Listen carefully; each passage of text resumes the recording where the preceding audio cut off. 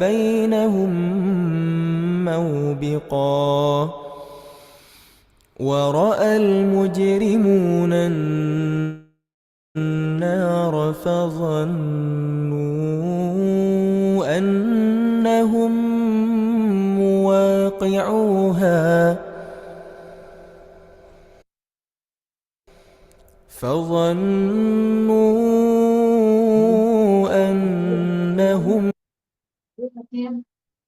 Assalamualaikum warahmatullahi wabarakatuh. Waalaikumsalam. Waalaikumsalam warahmatullahi wabarakatuh. Ya, untuk semua salam sehat dari Qatar. Silakan mungkin bisa berkomunikasi. Alhamdulillah sudah ada yang hadir berapapun ya, setelah kita lihat satu persatu. Ya, kepada tim Alayan, terima kasih. Ya, pada Pak Huda, Bu Rima, Pak Ayat, Pak Rizky. Ada yang sudah hadir, Bu Fatma. Assalamualaikum Bu Fatma. Terus juga untuk Pak Swiki. Terima kasih Pak Swiki atas partisipasinya, juga Wiwi Sabrawi, Pak Wiwi, si Bu Yun, yang bisa di videonya dibuka. Terus Pagi, Assalamualaikum. Waalaikumsalam Ibu, terima kasih, semoga sehat. Juga Benita, Bu Tuti, Bu Hamzah, Bu Indah. Ya, videonya bisa di-on-kan. Ntar lagi kita 5 menit lagi nih, 4 menit ya. Nah, di sini jam. Ya, Assalamualaikum Bapak.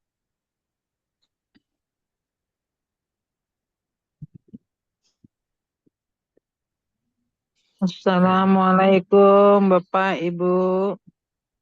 Waalaikumsalam Ibu, terima kasih. Semoga sehat ya Ibu. Amin.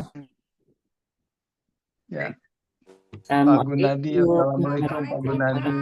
Assalamualaikum semua jamaah. Ya, Assalamualaikum. Oh ya. Assalamualaikum Bu Nani. Iya, Assalamualaikum Pak. Alhamdulillah sehat ya. Pak Bambang Budi juga nih. Iya. Ada Pak Bambang Budi ya. Pak Bambang Budi, Ibu Dwi, terus. Assalamualaikum Bapak. Waalaikumsalam Ibu Purwanti, Bu Endang, terus ya semuanya. Waalaikumsalam Bapak. Assalamualaikum. Waalaikumsalam Ibu. Terima kasih Bu.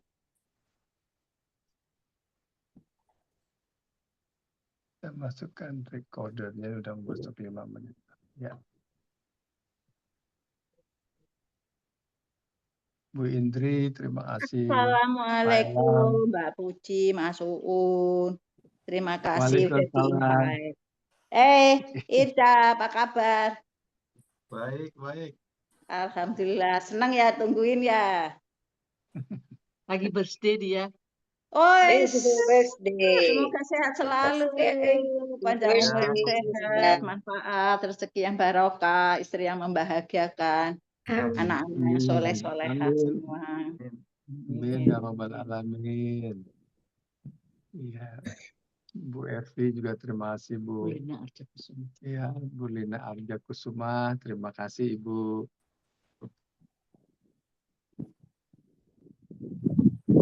Sami-sami Pak. Ya, mudah-mudahan sehat. Oh, itu ada Ibu Liling, Pak Yus, ya, Kapten Yus, terus Bu Purwanti. Waalaikumsalam Ibu Puji. Ya, Mbak Nunung ya.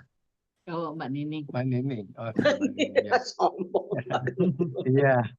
Iya. Iya. Katanya lagi di monitor yang lain. Oke. Salam sehat ya. Alhamdulillah. Mana Mas Iwan?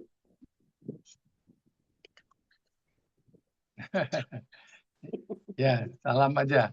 Salam aja. Iya. Lagi Lagi zikiran kali, masih zikiran, nggak apa-apa. Betul, betul. Oke.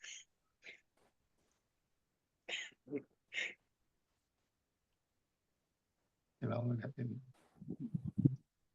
Silakan kalau saling menyapa, mudah-mudahan silaturahminya bisa kita ketemu lagi dalam dalam pengajian bulan November ini dan kembali ke jadwal yang normal, karena selalu permintaan Pak Ahmad kan sedang safar waktu itu mendampingi jamaah umroh. Jadi sekarang kita minggu kedua Sabtu, minggu kedua. Ya. Pak Yusni, apa kabar Pak Yusni? Kapten Yusni. Alhamdulillah. Sehat Sehat semua ya? ya. Ya, Doa. amin, amin. Amin, Bapak. Kangen juga nih jalan-jalan di Doha. Iya nih, tadi malam ketemu Duta Besar. Oh gitu. Iya, ada acara pisah ini, jadi Bisa beberapa sambut, kebetulan.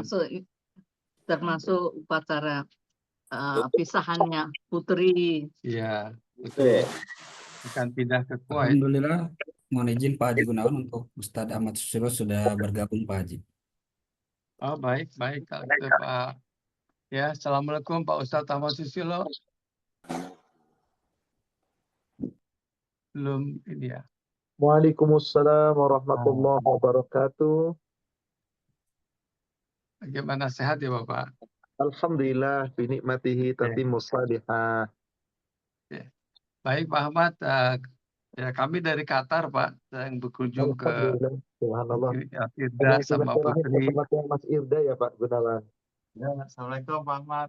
Waalaikumsalam Mas Irda. Doain Pak Ustadz mau Putri. Irda sama Putri mau pindah ke Kuwait. Oh subhanallah. Ya semoga dimanapun berada, insya Allah keberkahan senantiasa dilimpahkan Allah untuk Mas Irda dan Mbak Putri dan putra-putrinya insya Allah. Amin, amin ya rabbal alamin. Ya Allah, terima kasih ya Pak. Oke, kita bisa mulai. Assalamualaikum warahmatullahi wabarakatuh. Ya, kita mengucap basmalah sebelum memulai pengajian ini, insya Allah diberkahi. Dan, kami mengucapkan terima kasih sudah kepada Pak Ahmad Susilo yang diberi sehat untuk dapat membimbing kita semua. Ya, maaf tidak bisa menyebutkan satu persatu yang hadir. Saya dan Puji ingin mengucapkan terima kasih atas kehadiran semua jamaah dan bersyukur kepada Allah Subhanahu wa taala bahwa kita masih dipertemukan kembali dan diberi sehat. Ya, diberi sehat dapat hadir dalam kajian Al-Qur'an dan hadis Majelis Taklim Naimah oleh Ustadz Ahmad Susilo. Temanya pada hari ini ada tetap ya melanjutkan tema sebelumnya adalah 6 golongan mukmin yang dapat meraih Firdaus. Sesi 3 dari 6 sesi, yaitu yang ketiga adalah tunaikan zakatnya dengan sebenarnya. Kemudian sesi tanya jawab, posisi selalu dalam keadaan mute, dan penutup doa Pak Ahmad Susilo. Dan kami mohon Pak Ahmad, kebetulan hari ini ada yang sedang dioperasi, Pak Haji Daryono adalah tim kami yang selalu mendampingi, yang saat ini hari ini ada menjalankan menjalankan operasi. Terima kasih Pak Ahmad, silakan dilanjut. Baik, jazakallah khairan. Bismillah. Assalamualaikum warahmatullahi wabarakatuh. Waalaikumsalam warahmatullahi wabarakatuh. Nahmaduhu wa nasta'inuhu wa nastaghfiruh wa na'udzu billahi min syururi anfusina wa sayyiati a'malina. May yahdihillahu fala mudhillalah wa may yudlil fala hadiyalah. Asyhadu an la ilaha illallah wahdahu la syarikalah wa anna Muhammadan abduhu wa rasuluhu la nabiyya ba'dah.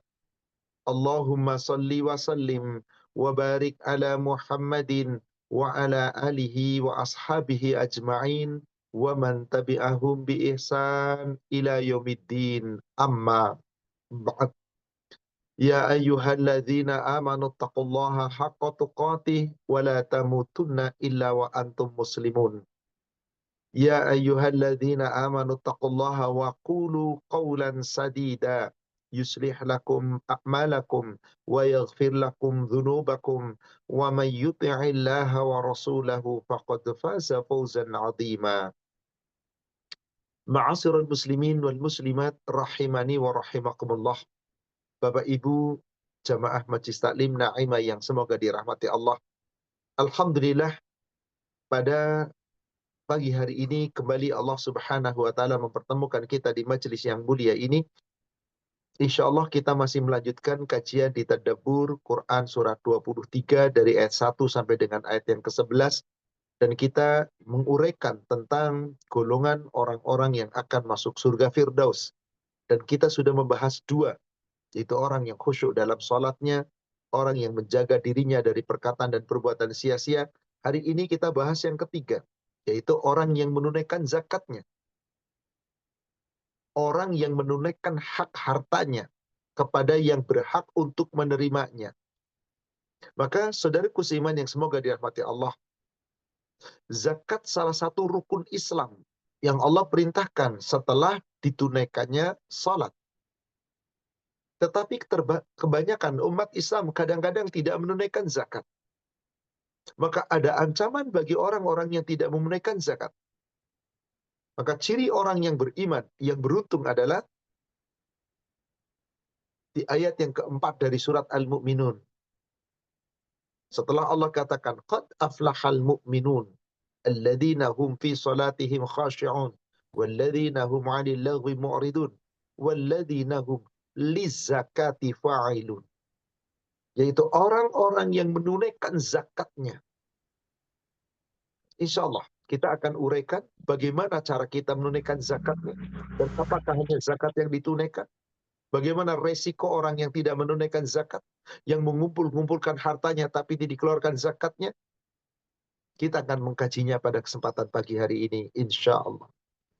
Salawat serta salam semoga terlimpahkan, tercurahkan kepada Nabi kita, Rasulullah Muhammad sallallahu alaihi wasallam. Semoga tercurah kepada seluruh keluarga, sahabat, dan seluruh pengikutnya hingga yaumil akhir.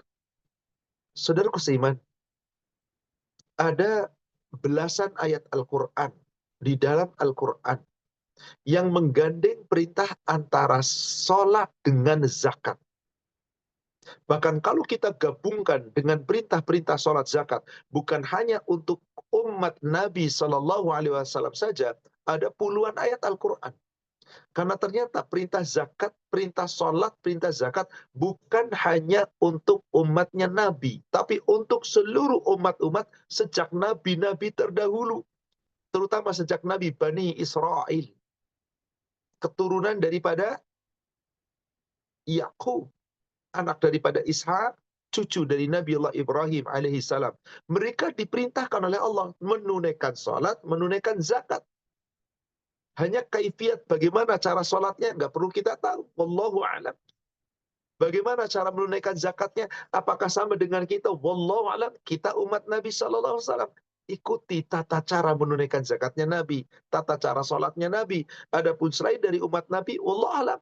Kita tidak perlu mengetahui karena kita tidak diperintah untuk itu. Tapi saya akan tunjukkan dalil bahwasanya perintah sholat dan zakat bukan hanya untuk kita, umat Nabi Sallallahu Alaihi Wasallam.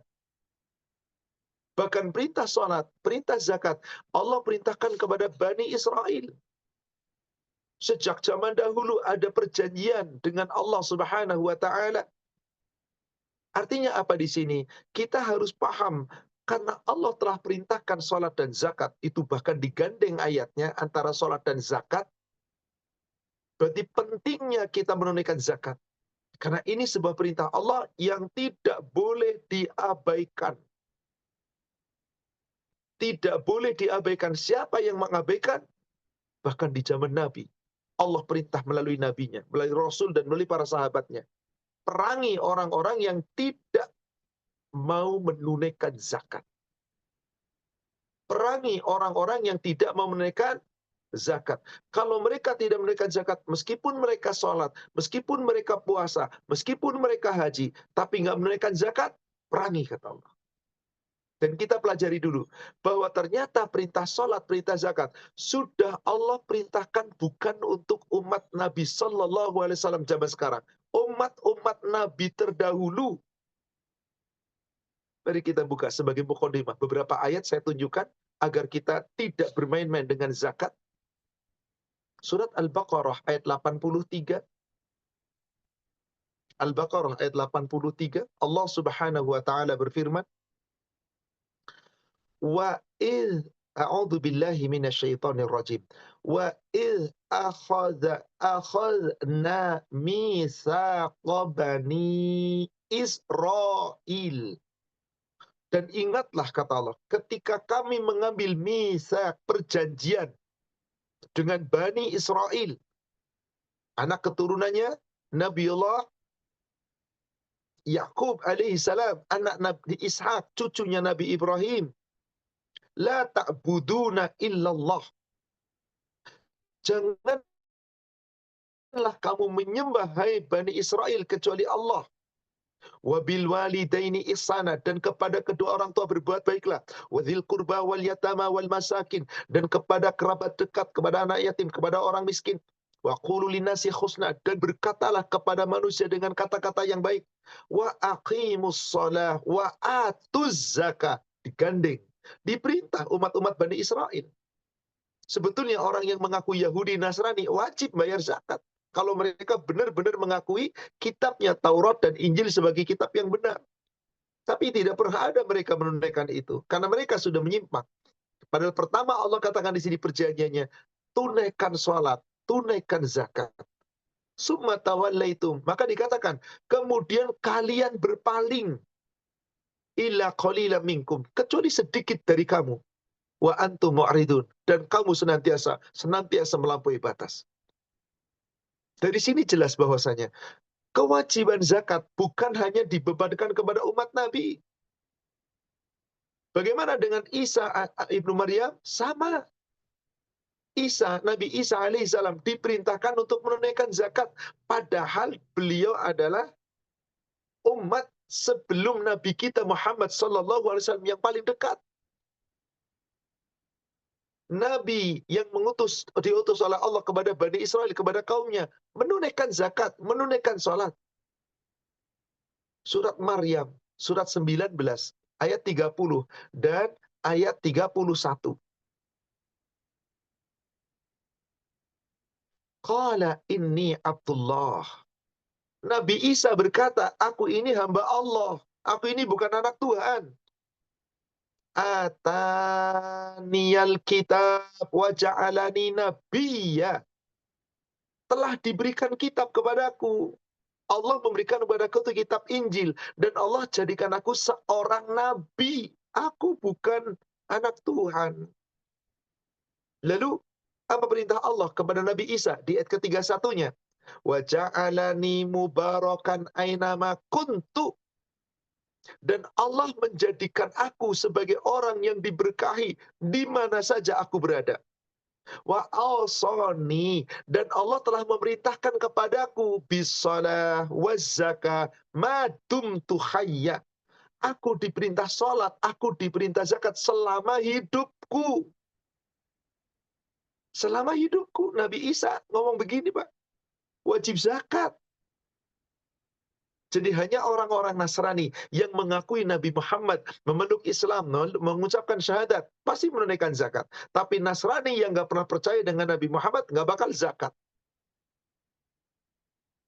Lalu siapa lagi? Nabi putra pertama Nabi Ibrahim, Nabi Ismail pun diperintahkan zakat. Masih di surat yang sama, Maryam, kita loncat ke ayat 54. Dan ayat 55. Walkur fil kitabi Ismail. Ceritakanlah ya Muhammad kisah Ismail dalam kitab Al-Quran.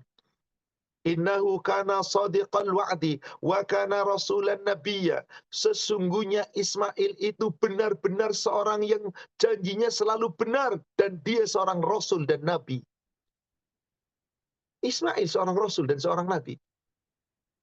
Wa kana ya'muru ahlahu bis-shalah waz-zakah. Dan sesungguhnya dia Ismail menyuruh keluarganya karena Ismail disuruh oleh Allah untuk senantiasa menunaikan salat, menunaikan zakat, inda rabbihi mardiyya, dan senantiasa dia adalah seorang yang diridhoi. Jadi nabi-nabi itu diperintahkan oleh Allah salat. Bukan cuma Nabi Muhammad diperintahkan zakat, bukan cuma Nabi Muhammad. Demikian pula umatnya. Nabi Ismail disuruh salat, disuruh zakat. Bagaimana saudara sebapaknya Nabi Ismail, yaitu Ishak. Bapaknya sama-sama Ibrahim. Ismail dari Hajar, sementara Ishak dari Sarah. Sama Nabi Ishak juga disuruh salat dan zakat. Al-Anbiya surat 21 ayat 72 dan 73. Wa wahabna lahu Ishaq wa Yaqub nafilah. Dan kami menganugerahkan kepada Ibrahim, Nabi Ishak, anaknya dan cucunya Yakub sebagai suatu anugerah, pemberian Allah, karunia Allah. Wa kullan ja'alna salihin, dan masing-masing yaitu Nabi Ismail, Nabi Ishak, Nabi Yakub, kami jadikan orang-orang yang saleh. Lalu dijadikan apa oleh Allah di ayat ke-73-nya? Wa ja'alnahum a'immatan yahduna bi amrina. Kami jadikan mereka sebagai pemimpin-pemimpin yang memberi petunjuk dengan perintah kami, yaitu seorang nabi dan rasul.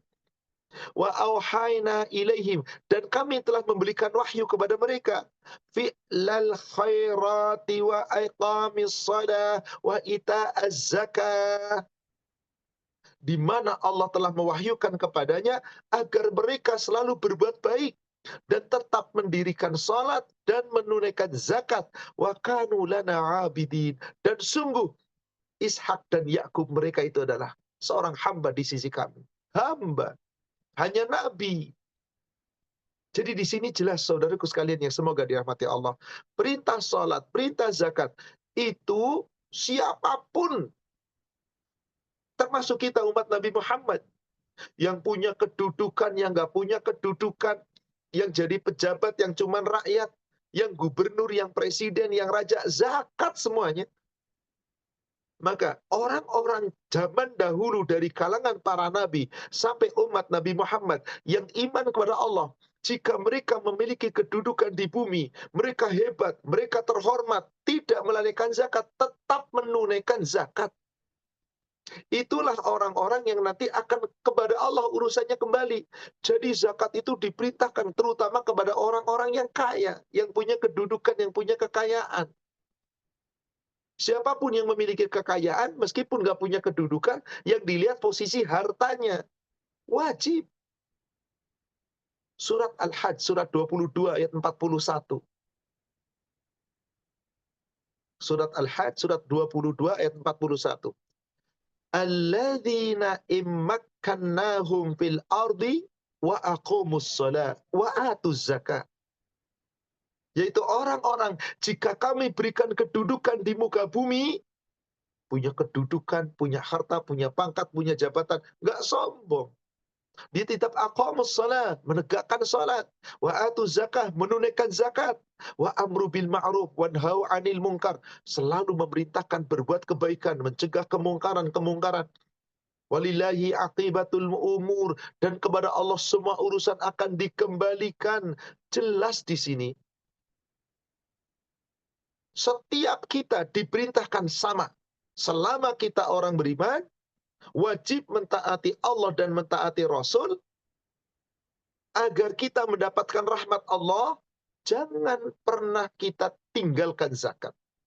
Jangan pernah kita tinggalkan sholat. Ini yang paling utama, Allah selalu sebut berulang-ulang, digandeng.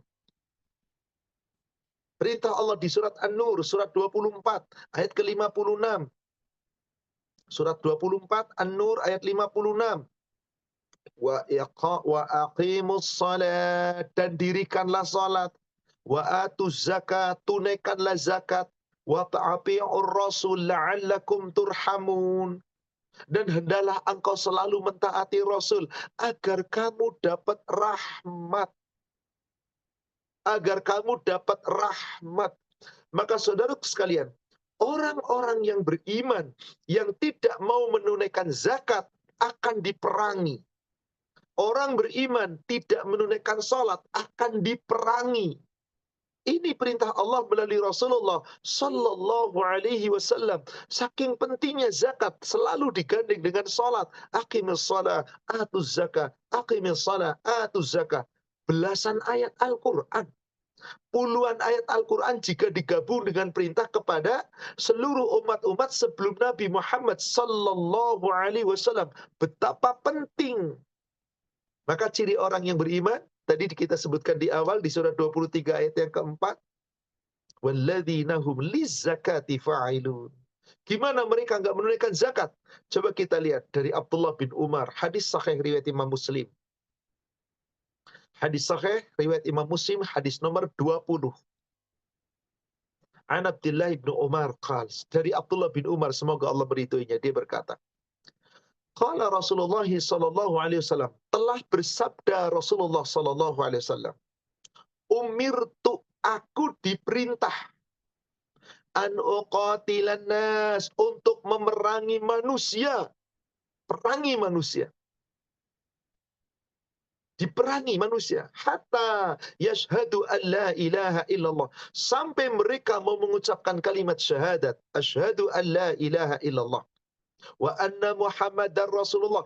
Dan mengakui aku adalah Muhammad utusan Allah. Wa yuqimus salat. Dan menunaikan salat. Wa yu'tuz zakat. Dan menunaikan zakat.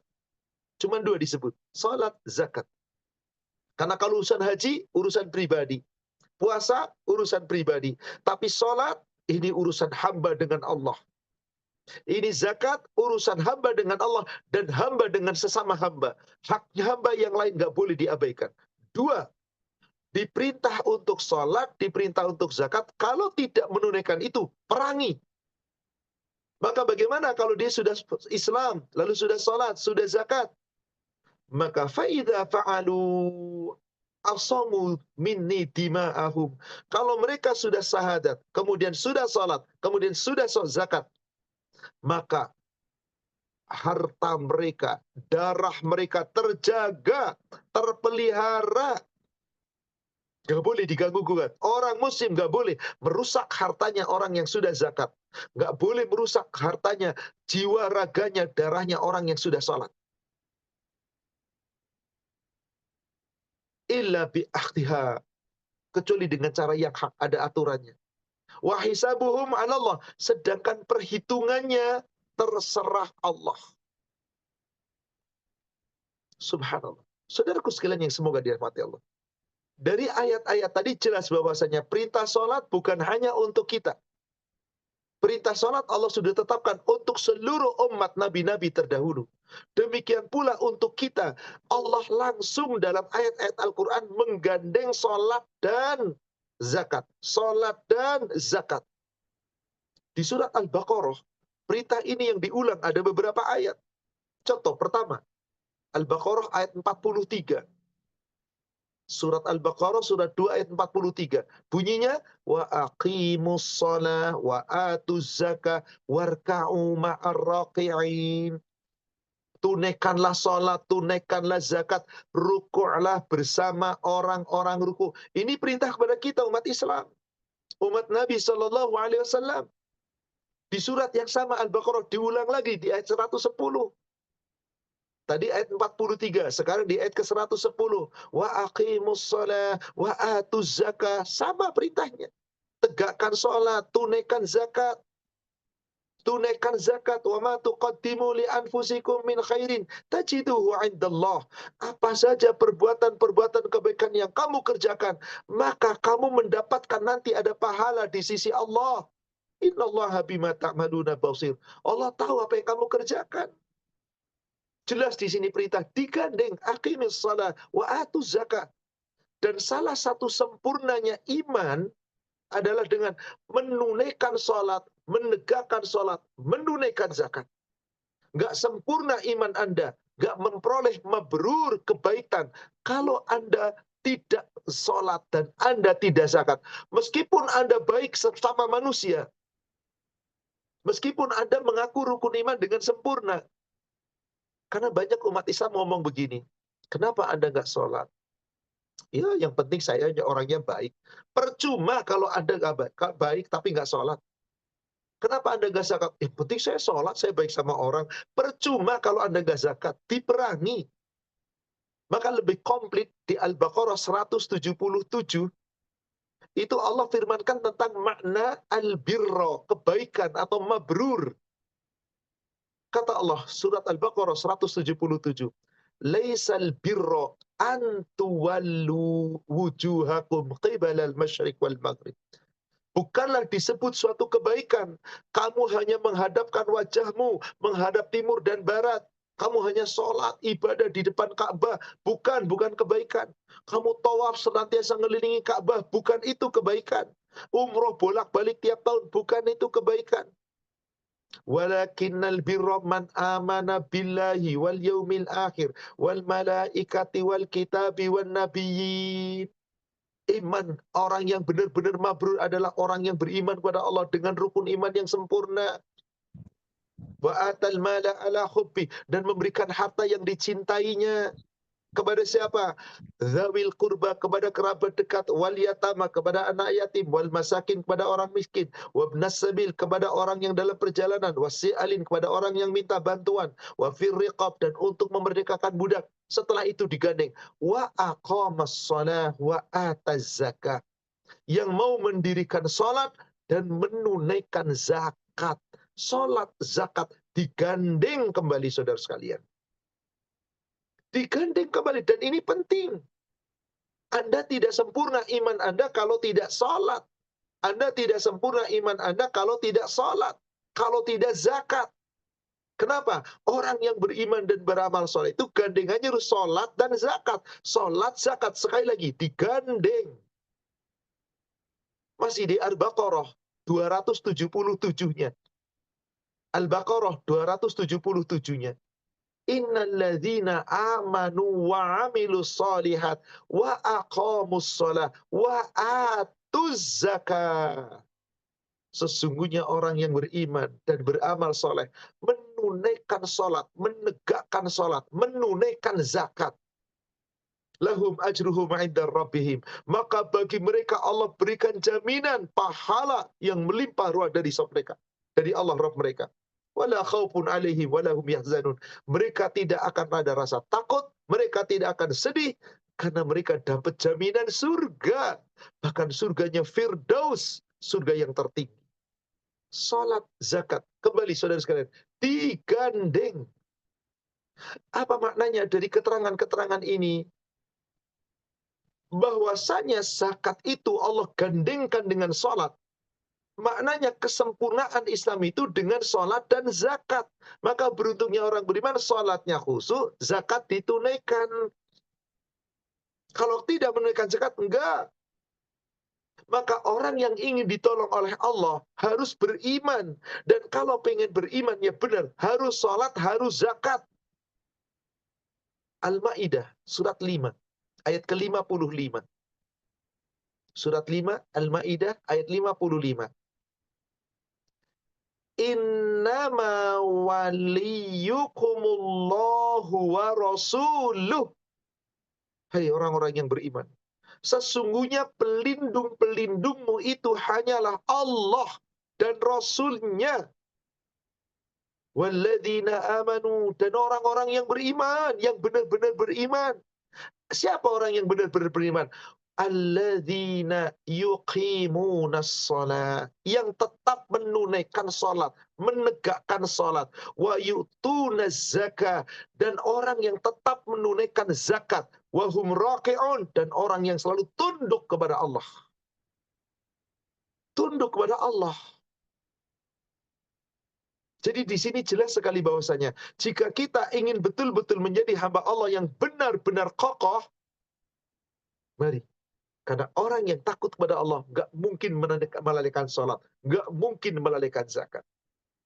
Terakhir, ayat tentang Dalil-dalil bahwasanya salat zakat tadi saya katakan digandeng. Surat 9 ayat 18. Surat 9 ayat 18.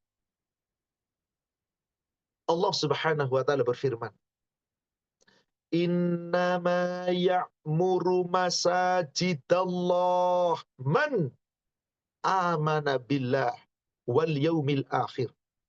Sesungguhnya orang-orang yang berhak pantas memakmurkan masjid-masjid Allah hanyalah orang-orang yang benar-benar beriman kepada Allah dan beriman kepada hari akhir. Wa aqamas shalah wa ataz zakah, yang menegakkan salat, menunaikan zakat. Walam yahsya illallah, yang tidak pernah takut kepada siapapun kecuali hanya kepada Allah.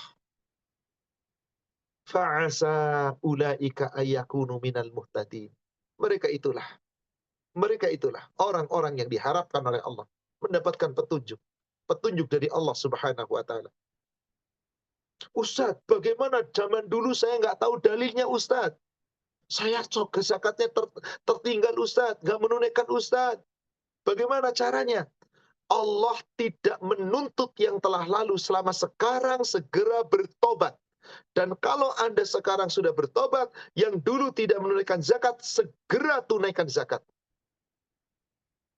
Masih di surat yang sama, At-Taubah. Kita mundur ke ayat 11.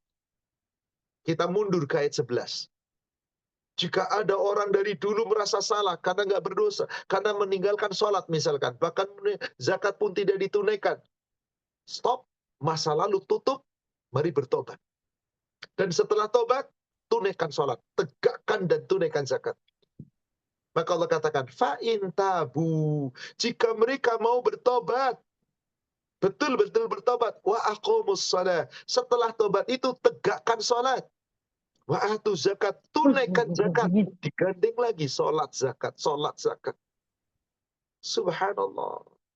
Fa'akhwanukum fiddin, mereka itulah orang-orang yang satu agama, bersaudara dalam satu agama. Tapi kalau ada orang ngaku Islam, gak zakat, bukan saudara kita.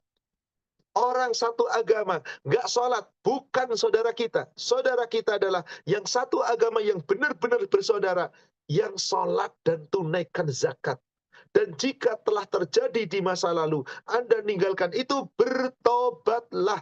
Kalau Anda bertobat, telah menunaikan sholat, telah menunaikan zakat, Anda saudara satu agama. Sungguh, Allah katakan di ujung ayatnya, wa nufassilul ayati liqaumi ya'lamun. Demikianlah Allah sampaikan, Allah jelaskan ayat-ayat ini untuk kaum yang yakin, yang mengetahui, yang mau menggunakan akal, yang mengetahui bahwa sholat zakat itu sesuatu yang sangat penting. Maka Allah selalu menggandeng. Sekarang kita pelajari. Ustadz, gimana ada orang sudah tahu wajib zakat, tapi tetap nggak zakat meskipun sholat? Tadi hadis nomor 20, diperangi. Artinya apa? Ada resiko. Kalau ada orang tidak menunaikan sholat, maka diperangi. Sampai dakwahnya para nabi, dan Nabi mengutus para sahabat untuk dakwah. Dakwah itu yang paling pertama diperintahkan adalah suruh mengakui Islam, syahadat. Setelah syahadat, suruh sholat. Setelah sholat, suruh zakat. Kalau sudah sholat, sudah zakat, sudah berlepas diri. Tapi nanti Allah yang akan menghitung. Tapi kalau tidak zakat, perangi.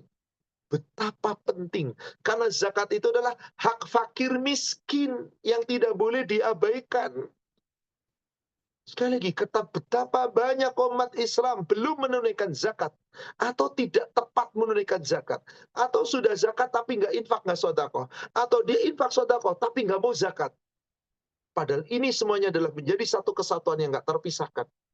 Anda sholat, Anda zakat, Anda pun harus infak dan sedekah. Anda infak dan sedekah, kalau Anda mampu kaya, Anda pun tetap harus zakat. Ini semuanya menjadi satu kesatuan. Inilah dakwahnya para nabi, dan ketika Nabi mengutus para sahabat agar orang-orang yang masuk Islam tidak mengabaikan sholat dan zakat. Ketika Nabi mengutus Mu'az bin Jabal ke negeri Yaman, diceritakan dari sahabat Abdullah bin Abbas. Hadis Muslim nomor hadis 17. Sahih Muslim nomor hadis 17. An Ibni Abbasin anna Rasulullah sallallahu alaihi wasallam lamma ba'atha Mu'adzan ila al-Yaman. Abdullah bin Abbas bercerita, ketika Rasulullah sallallahu alaihi wasallam mengutus Abdullah bin Mu'az bin Jabal ke negeri Yaman, dakwah ketika itu negeri Yaman masih banyak penduduk kafir. Maka Rasulullah bersabda kepada Mu'az, qala innaka taqdamu ala qaumin ahlil kitab. Ya Mu'az, kamu akan mendatangi kaum ahli kitab, yaitu orang-orang kafir yang belum menerima Islam. Falyakun awwala ma tad'uuhum ilaihi ibadatullah azza wa jal. Maka yang kamu perintahkan kepada mereka ya Mu'az, suruh mengucapkan 2 kalimat syahadat dan ibadah kepada Allah azza wa jal. فَإِذَا عَرَفُوا اللَّهَ فَأَخْبِرْهُمْ أَنَّ اللَّهَ فَرَضَ عَلَيْهِمُ الْخَمْسَ صَلَوَاتٍ فِي يَوْمِهِمْ وَلَيْلَتِهِمْ. Kalau mereka sudah mengakui Allah, sudah mengucapkan syahadat, mau ibadah kepada Allah, perintahkan kepada mereka salat 5 waktu salat fardu di waktu siang dan malamnya. Itu zuhur, asar, maghrib, isya, subuh. Bagaimana kalau sudah salat? Fa-idza fa'alu fa'akhbirhum annallaha qad farada 'alaihim zakatan. Kalau mereka sudah melaksanakan itu, maka perintahkan kepada mereka, sesungguhnya Allah telah mewajibkan untuk menunaikan zakat. Tu'khadhu min aghniyaihim faturaddu ala fuqaraihim, yang diambil dari orang kaya di antara mereka, nanti ditunaikan dan diberikan melalui amil, akan dibagikan kepada orang fakir dari mereka. Fa idza ata'u biha fakhudh minhum wa tawaqqa karaima amwalihim. Kalau mereka sudah seperti itu, yaitu sudah memeluk Islam dan mau ibadah kepada Allah, menunaikan sholat 5 waktu, menunaikan zakat, jauhi harta mereka yang paling baik. Jangan ganggu mereka. Kehormatan seorang yang telah menunaikan sholat. Di sini jelas, saudara sekalian yang semoga dirahmati Allah, bahwa zakat itu sebuah kewajiban yang harus ditunaikan dengan benar, dan bahkan tadi resikonya diperangi. Sampai di zaman Nabi Shallallahu Alaihi Wasallam, ketika ada seseorang yang tidak mau menunaikan zakat, bukan cuma sekedar diperangi, boleh dirampas hartanya. Sampai demikian Rasulullah Shallallahu Alaihi Wasallam membolehkan. Apa artinya? Orang-orang yang tidak menunaikan zakat, hartanya boleh dirampas. Yang namanya dirampas, diambil dengan paksa. Subhanallah. Diambil dengan paksa. Siapa yang memerintahkan itu? Allah. Melalui siapa? Rasulullah Sallallahu Alaihi Wasallam. Supaya orang-orang yang punya harta jangan melalaikan hartanya. Supaya orang-orang yang punya harta harus menunaikan zakatnya. Sampai-sampai Rasulullah Sallallahu Alaihi Wasallam membuat ancaman. Andai ada orang amil ditugasi oleh Rasulullah menunaikan zakat, lalu orang itu tidak menunaikan zakat, maka kata Rasulullah apa? Ambil hartanya. Ambil hartanya. Separuh harta dirampas, wajib pula tetap tunaikan harta.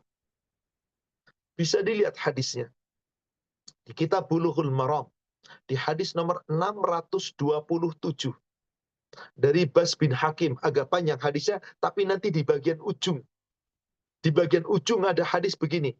Waman, barang siapa yang aqtaha mu'tajiran biha falahu ajruh, yang mau menunaikan zakat mengharapkan pahala dari Allah, maka diberi pahala. Waman mana'aha, maka barang siapa yang menolak untuk menunaikan zakat, fa inna ahiduha wa syatra malihi. Joy mau kemana sih itu? Mau pada ketemu. Andai kata kamu tidak mendapati orang yang mampu bayar zakat, kok nggak mau bayar zakat, maka diambil separuh hartanya dan diambil pula zakatnya sebagai perintah yang keras dari perintah-perintah Allah. Ancaman di sini. Andai mereka tidak membayar zakat, kata Rasulullah, rampas separuh hartanya dan diambil hartanya separuh plus diambil zakatnya. Jadi kalau Anda punya uang katakanlah 100 juta. zakatnya 2,5%, ambil 2,5%. Utuh duit 97,5 juta Anda. Tapi Anda punya uang 100 juta. Lah kok nggak mau bayar zakat? Kata Rasulullah, rampas separuh hartanya. 50 juta tetap diambil, plus zakatnya yang 2,5 juta, ambil juga. Harta Anda tinggal 47,5 juta. Maka yang menunaikan zakat, aman.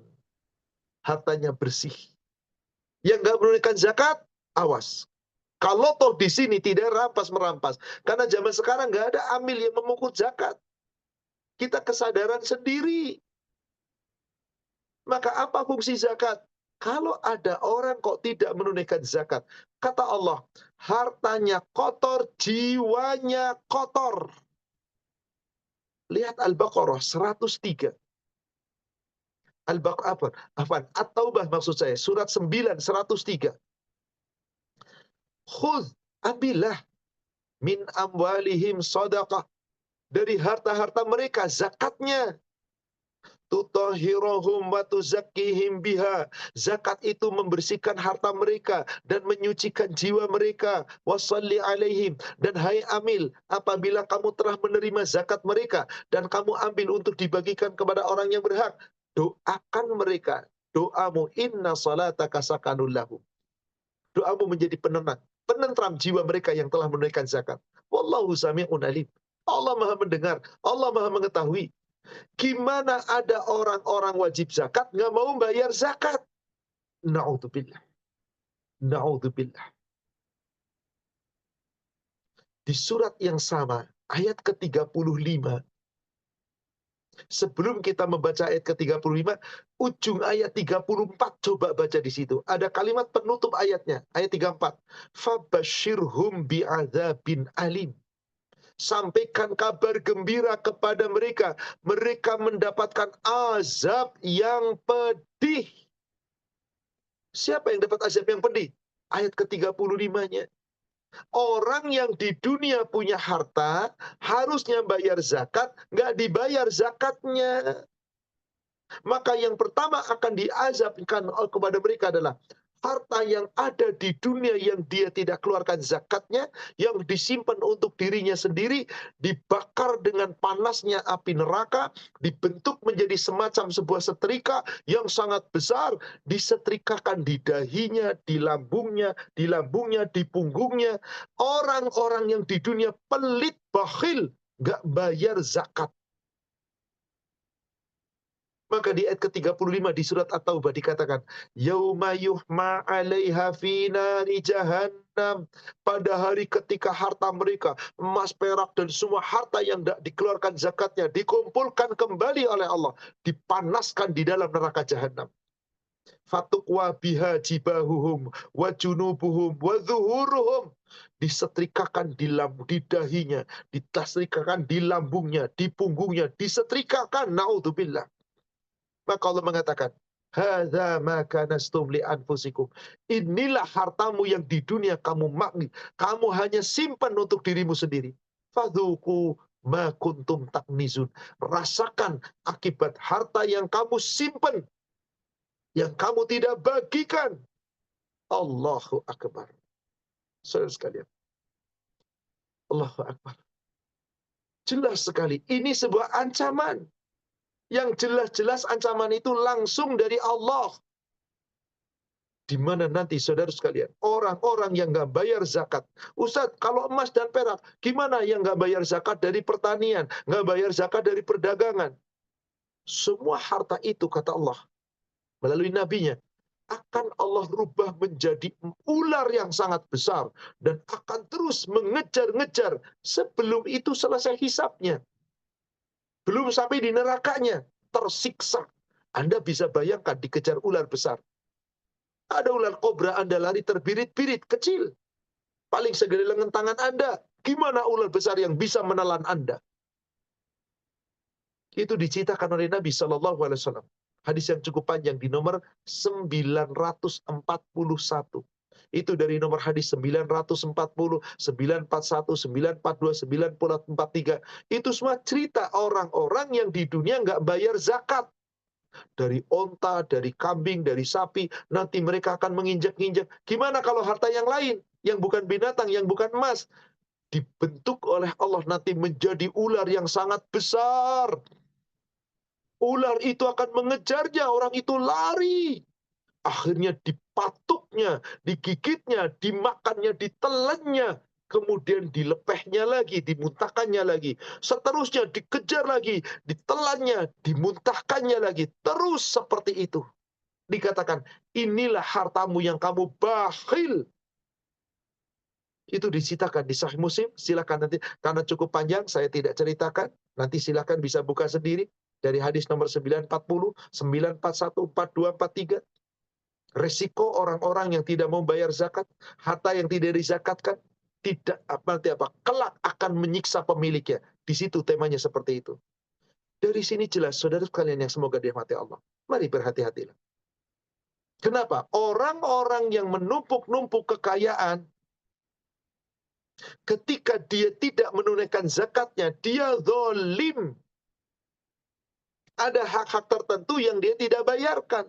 Padahal ada 8 golongan yang berhak menerima harta Anda. Andai Anda hartanya telah sampai nisab.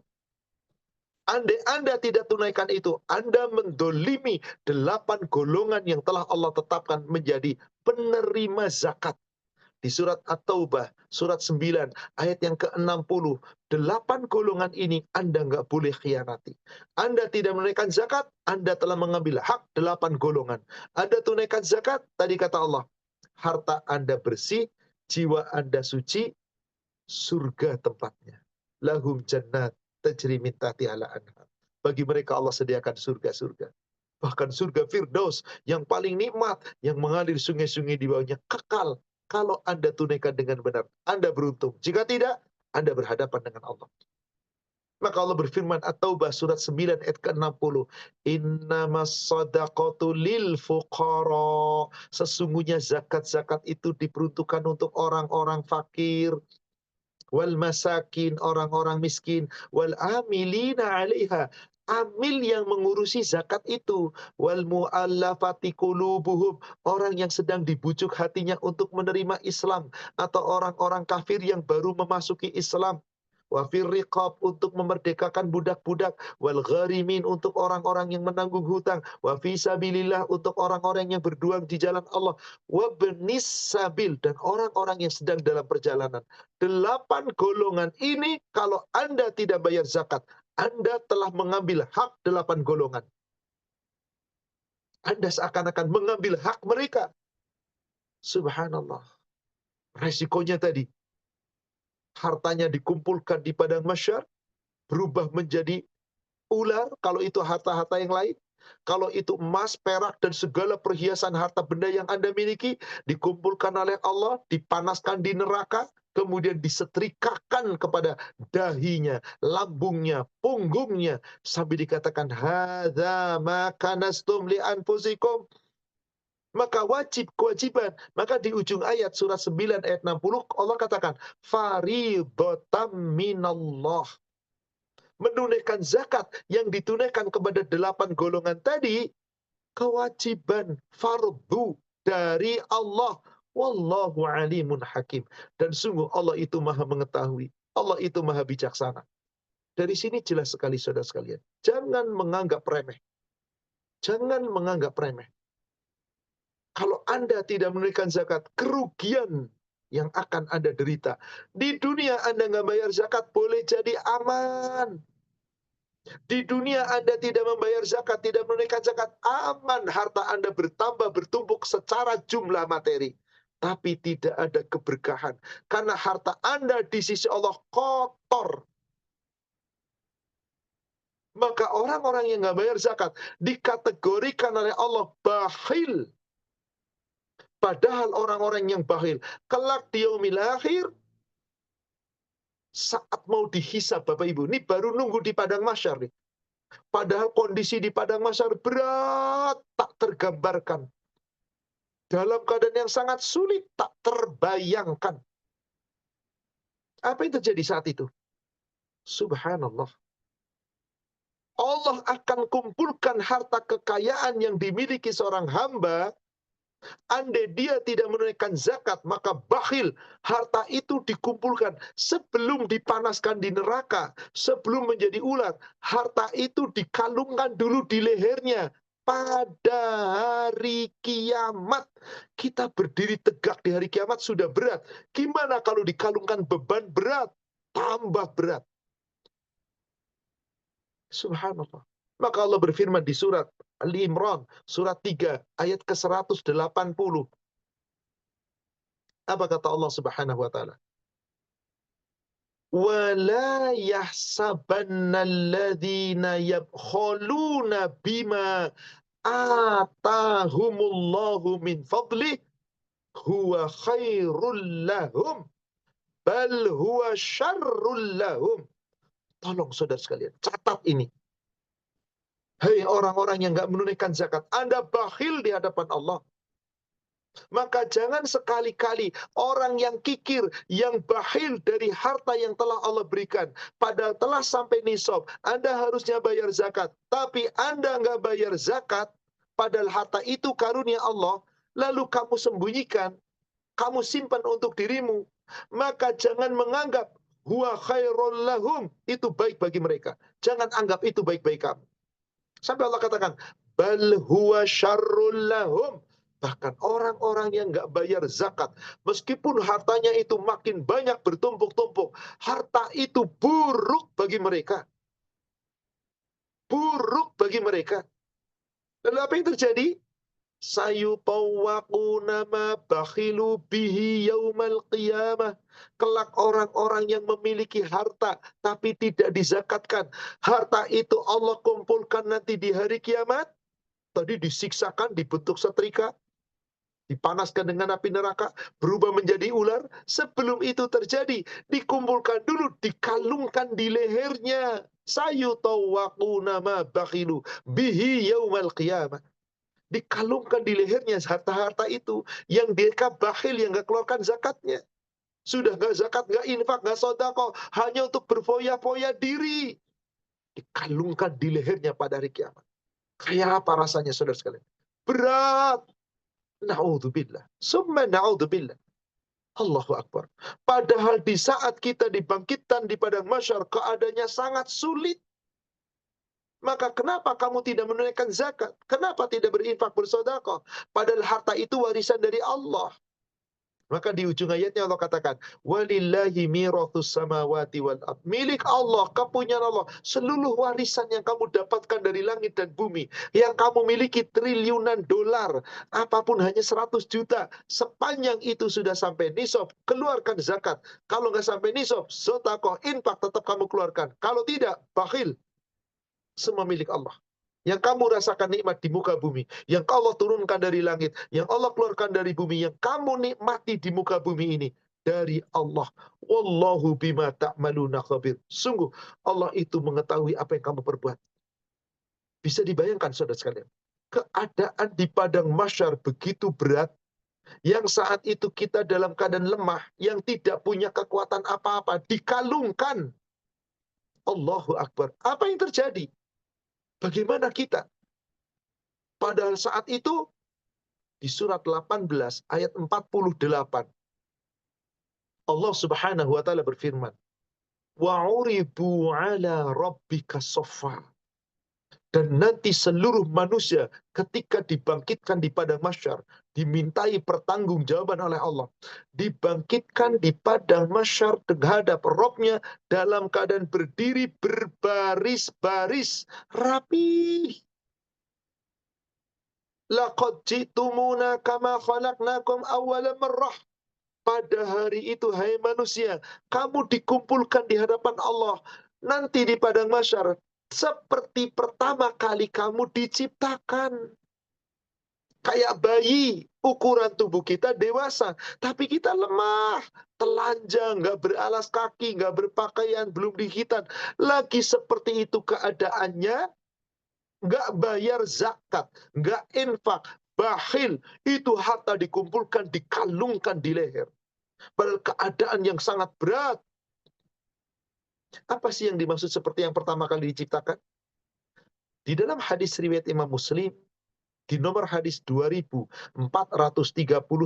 dari Ummul Mukminin Aisyah. 2439.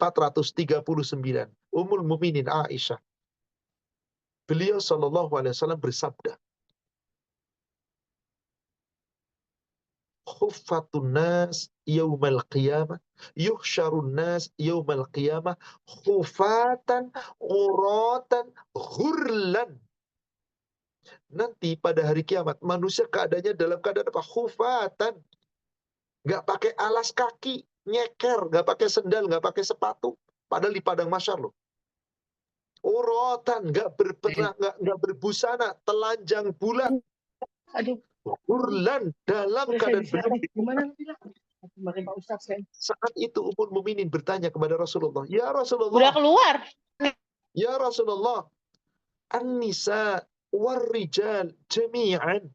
Apakah ketika itu laki-laki dan wanita bercampur baur dalam keadaan telanjang? Yang zuru ba'duhum ila ba'din. Apakah mereka tidak saling memandang aurat satu sama lain? Kalau di dunia ada wanita telanjang, saya yakin laki-laki matanya melotot semua. Perempuan pun demikian, minimal melirik, memandang. Apa yang terjadi nanti di padang mahsyar? Semua manusia telanjang. Yang pertama diberi pakaian Nabiullah Ibrahim alaihissalam, kemudian para nabi, dan semuanya pun orang-orang yang saleh yang beriman. Sementara orang-orang yang kufar, orang-orang yang dzuli, pakaiannya adalah dari aspal yang mencair yang dipanaskan, ditempelkan di tubuhnya. Bisa dibayangkan dalam keadaan seperti itu. Maka ketika Aisyah bertanya, Ya Rasulullah, an-nisa war-rijal jami'an yang dzuru ba'duhum ila ba'din. Apakah saat itu laki-laki dan wanita bercampur baur? Apakah tidak malu memandang satu sama lain? Apa jawab Rasulullah? Ya Aisyah, hai Aisyah istriku, al-mar'u yawma idin ashad ayang dzura ba'duhum ila ba'din. Keadaan manusia hari itu berat. Nggak peduli untuk saling memandang satu sama lain. Nggak peduli memandang satu sama lain. Yang terpikirkan adalah bagaimana saya menghadapi hisab. Bagaimana saya menghadapi hisab. Lagi berat kayak gitu, tadi bagaimana? Subhanallah. Dikumpulkan hartanya, dikalungkan di lehernya. Setelah itu bagaimana? Setelah selesai hisab, sebelum dimasukkan ke dalam neraka, dikejar-kejar oleh ular. Yang harta itu dirubah oleh Allah menjadi ular. Kemudian terus mengejar dan mematuknya. Ditelannya, dikeluarkannya lagi. Ditelannya dan seterusnya. Andai itu binatang-binatang, onta, kambing dan seterusnya. Diinjak-injak oleh onta. Yang paling pertama sampai yang paling akhir. Resiko yang sangat mengerikan. Dan salah satu siksa yang pertama ditimpakan adalah setelah sampai di neraka, dipanaskan seluruh harta itu, dibuat menjadi seakan-akan setrika yang terbuat dari harta yang dipanaskan dengan api neraka, disetrika dahinya, lambungnya, punggungnya. Sambil Allah katakan, hadza ma kanaztum li anfusikum. Saudara sekalian, bukankah ayat-ayat yang kita uraikan, hadis-hadis yang kita uraikan, ini peringatan jelas. Ayatnya sangat jelas bahwa kita wajib zakat. Gak cukup hanya ada sholat.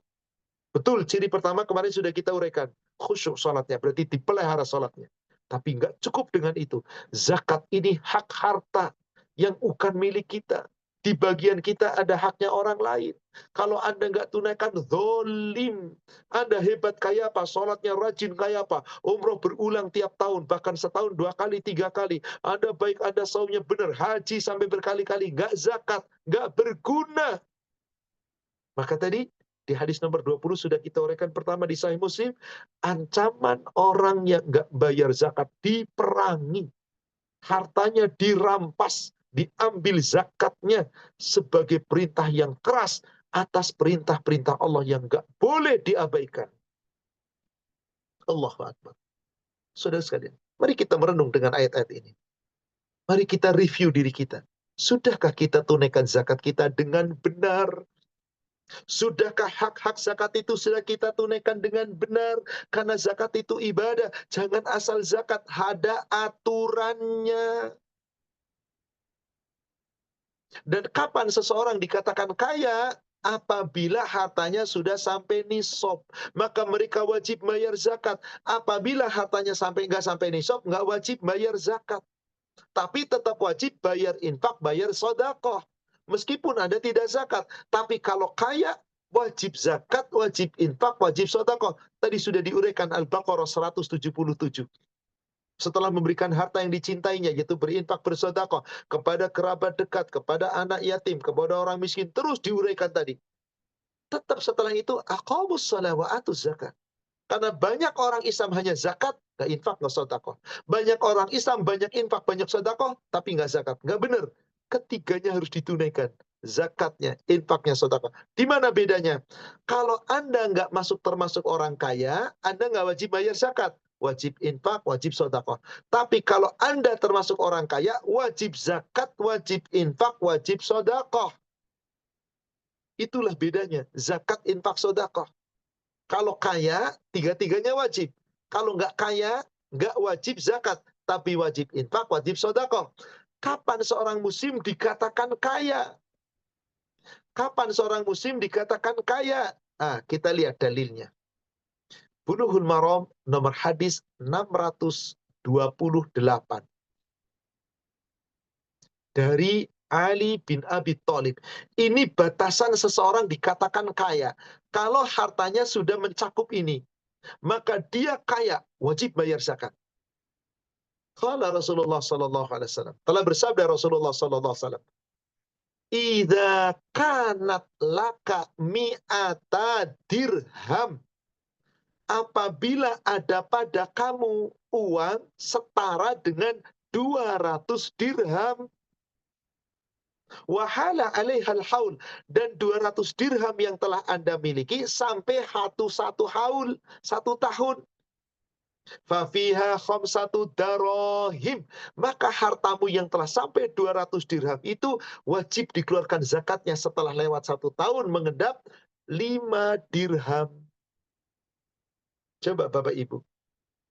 Apa itu 200 dirham? Nisab, batas minimal harta. Batas terendah harta yang dimiliki seseorang, kalau hartanya sudah sampai setara dengan 200 dirham, berarti dia kaya. Wajib bayar zakat. Kapan ditunaikan? Nanti kalau sudah lewat mengendap 1 tahun. Begitu sudah mengendap 1 tahun, keluarkan zakatnya. Berapa? 5 dirham dari 200 dirham. Coba hitung Bapak Ibu. Berapa persen? 5/200. Jadi kalau Anda punya 200 dirham, Anda wajib keluarkan zakat 5%. Berapa 5% dari 200 dirham? Jadi berapa persen? Maaf, Anda wajib keluarkan 5 dirham. 5 dirham dari 200 berapa persen? 2,5. 5/200 sama dengan 2,5/100. Dibagi 2. Jadi 2,5%. Dari sini perhitungannya. Ustadz, berapa sih 200 dirham itu? Mari kita lihat lagi. Walaysa 'alaika syai'un hatta yakuna laka 'ishruna dinaran. Tidak ada sedikit pun kewajiban zakat bagi kamu kecuali sebanyak 20 dinar. Wahala 'alaihal haul, dan 20 dinar yang telah Anda miliki sampai 1 tahun haulnya. Fafiha nisfu dinarin, maka kalau kamu punya 20 dinar dan telah lewat 1 tahun haulnya, wajib kamu bayar zakat setengah dinar. Saya tanya, setengah dinar dari 20 dinar berapa persen? Kalau tadi 200/5, harus 100 jadinya. 5/200. 200-nya harus jadi 100, maka dibagi 2, 2,5/100. Sekarang 1/2/20. Berapa persen? 1/2/20. 20-nya supaya 100 kalikan 5. Maka setengahnya kalikan 5. Berapa setengah kali 5? 2,5. Jadi berapa persen? 2,5%. Dari sinilah perhitungan zakat 2,5%. Anda harus bayar 2,5% dari harta Anda. Gimana kalau nggak bayar zakat tadi? Dirampas harta Anda separuhnya, tetap ambil zakatnya. Kalau toh tetap Anda tersembunyi, nggak mau dirampas, karena orang nggak tahu berapa harta Anda, dan Anda nggak zakat, nanti hartanya dikumpulkan di padang mahsyar, dikalungkan di leher, Setelah selesai hisab, harta itu Allah rubah menjadi ular. Kalau sapi onta dibentuk kembali, sapi itu terus nginjek-nginjek, onta itu nginjek-nginjek dengan kukunya, terus melenguh-lenguh. Harta itu dirubah jadi ular, kemudian ular itu terus ngejar Anda dan mematok-matoknya, naudzubillah, menelan Anda, dikeluarkan lagi. Begitu sampai neraka, harta dikumpulkan, dipanaskan di neraka jahanam. Berapa sih nilai rupiahnya? Nah, saya sederhanakan. Tadi kata Rasulullah, jika kamu punya uang 20 dinar, telah sampai 1 tahun, maka zakatnya setengah dinar, yaitu 2,5%. Berapa sih yang namanya 20 dinar? Dinar, saudara sekalian, adalah mata uang yang sampai sekarang berlaku, yang terbuat dari kepingan emas. Kalau dikatakan 1 dinar, itu 1 keping emas yang beratnya setara dengan 4,25 gram emas murni. Kalau sekarang emas murni itu emas antam, emas apa namanya, emas batang lah, emas murni. Kan ada yang 2,5 gram dijual, ada yang 5 gram, ada yang 10 gram, ada yang 20 gram, ada yang 25, ada yang 100 gram, ada yang 50, ada yang 500 gram. Ya terserah. Intinya 1 dinar setara dengan 4,25 gram. Sekarang berapa kalau begitu? 20 dinar. Kalikan 20 kali 4,25 gram. Berapa gram? Monggo pakai kalkulator. 4,25 kali 20. Ketemu angka 85 gram. Itulah harta Anda yang kalau harta Anda sudah mencapai itu, Anda kaya. Anda kaya.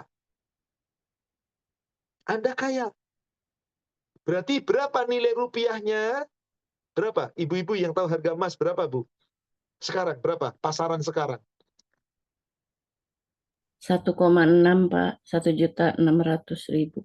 Ya, begitu tingginya. 1,6 ya. Iya. Subhanallah. Allahu Akbar. Perasaan beberapa tahun yang lalu baru 1,1 ya, 1,2 bahkan. 1,6 sekarang. Anggaplah dibulatkan aja deh, 1,5 deh. Misal. Berarti kalau Anda punya harta sekitar 125 juta, Anda kaya. Gimana cara ngitungnya? Sekarang tanggal berapa?